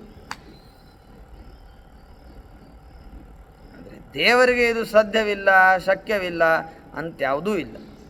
ನಮ್ಮ ಸಮಸ್ಯೆಗಳು ಅದನ್ನು ಪರಿಹಾರ ಮಾಡುವಂತ ನಾವು ದೇವರ ಕಡೆ ಬರ್ತೀವಿ. ಆದ್ರೆ ಕೆಲವರು ಅಂತಿರ್ತಾರೆ, ನಮ್ಮ ಸಮಸ್ಯೆನೇ ಇಷ್ಟವಲ್ರಿ, ದೇವರಾದರೂ ಏನು ಮಾಡಬೇಕು ಪಾಪ ಅಂತ. ನಾನು ಯಾವಾಗಲೂ ಹೇಳೋದಂತು, ದೇವರನ್ನು ಪಾಪ ಅಂತಂತೀವಿ ಅಂತಂದ್ರೆ ದೇವರನ್ನು ಅಶಕ್ತ ಅಂತಂದಂಗೆ, ಅಶಕ್ತ ಅಂತೇ ಅಂದಂಗೆ. ನಮ್ಮ ಪಾಪನೇ ಇಷ್ಟವಲ್ಲ, ಮತ್ತು ದೇವರೇನು ಮಾಡಿ ಒಂದು ಕ್ಷಣದಲ್ಲಿ ದೇವರು ಪಾಪಗಳನ್ನು ಭಸ್ಮ ಮಾಡಬಲ್ಲ, ಮಾಡೋದಿಲ್ಲ ಅಷ್ಟೇ. ಯಾವಾಗ ಮನಸ್ಸು ಬರುತ್ತೆ ಆವಾಗ ತನ್ನ ಅಪರೋಕ್ಷ ಜ್ಞಾನವನ್ನು ಕೊಟ್ಟು ಸಂಚಿತ ಕರ್ಮವನ್ನು ಎಲ್ಲ ನಾಶ ಮಾಡ್ತಾನೆ. ಅದರ ಬಗ್ಗೆ ಬರ್ತದೆ ಚಿಂತನೆ, ಆಗ ಮಾಡೋಣ. ಅಂತಹ ದೇವರ ಸಾಮರ್ಥ್ಯವಿದೆ, ದೇವರ ಶಕ್ತಿಗೆ ಅಶಕ್ಯವಾದದ್ದು ಯಾವುದೂ ಇಲ್ಲ ಅಂತನ್ನೋದಾಗಿ ಚಿಂತನೆಯನ್ನು ಮಾಡೋಣ. ಶುದ್ಧಾನಂದ, ಊರು, ಸಂವಿತ್, ದ್ಯುತಿ, ಬಲ, ಈ 4 ಗುಣಗಳ ಬಗ್ಗೆ ನಾವು ತಿಳಿದಿದ್ದೇವೆ. ಮುಂದಿನ ಚಿಂತನೆಯನ್ನು ಮತ್ತೆ ಮುಂದೆ ಮಾಡೋಣ. ಗುರುಮಧ್ವಾಂತರ್ಗತ ಶ್ರೀಕೃಷ್ಣಾರ್ಪಣಮಸ್ತು. ಇದಂ ಜ್ಞಾನಂ ಹರೇಃ ಪೂಜಾ ಹರೇರೇವೋದಿತಂ ಸದಾ ಹರ್ಯದೀನಂಚ ಸರ್ವತ್ರ ಇತ್ಯೇವಂ ನ್ಯಾಸೋ ಹರೌ ಸ್ಮೃತಃ ಯಸ್ಸರ್ವಗುಣಸಂಪೂರ್ಣಃ ಸರ್ವದೋಷ ವಿವರ್ಜಿತಃ ಪ್ರಿಯತಾಂ ಪ್ರೀತ ಏವಾಲಂ ವಿಷ್ಣುರ್ಮೇ ಪರಮಸುಹೃತ್ ಅನೇನ ಭಾವಿ ಯತ್ಪುಣ್ಯಂ ಅವಾಪ್ನೋತು ಗುರುರ್ಮಮ. ಶ್ರೀಕೃಷ್ಣಾರ್ಪಣಮಸ್ತು. ನಮಸ್ಕಾರ.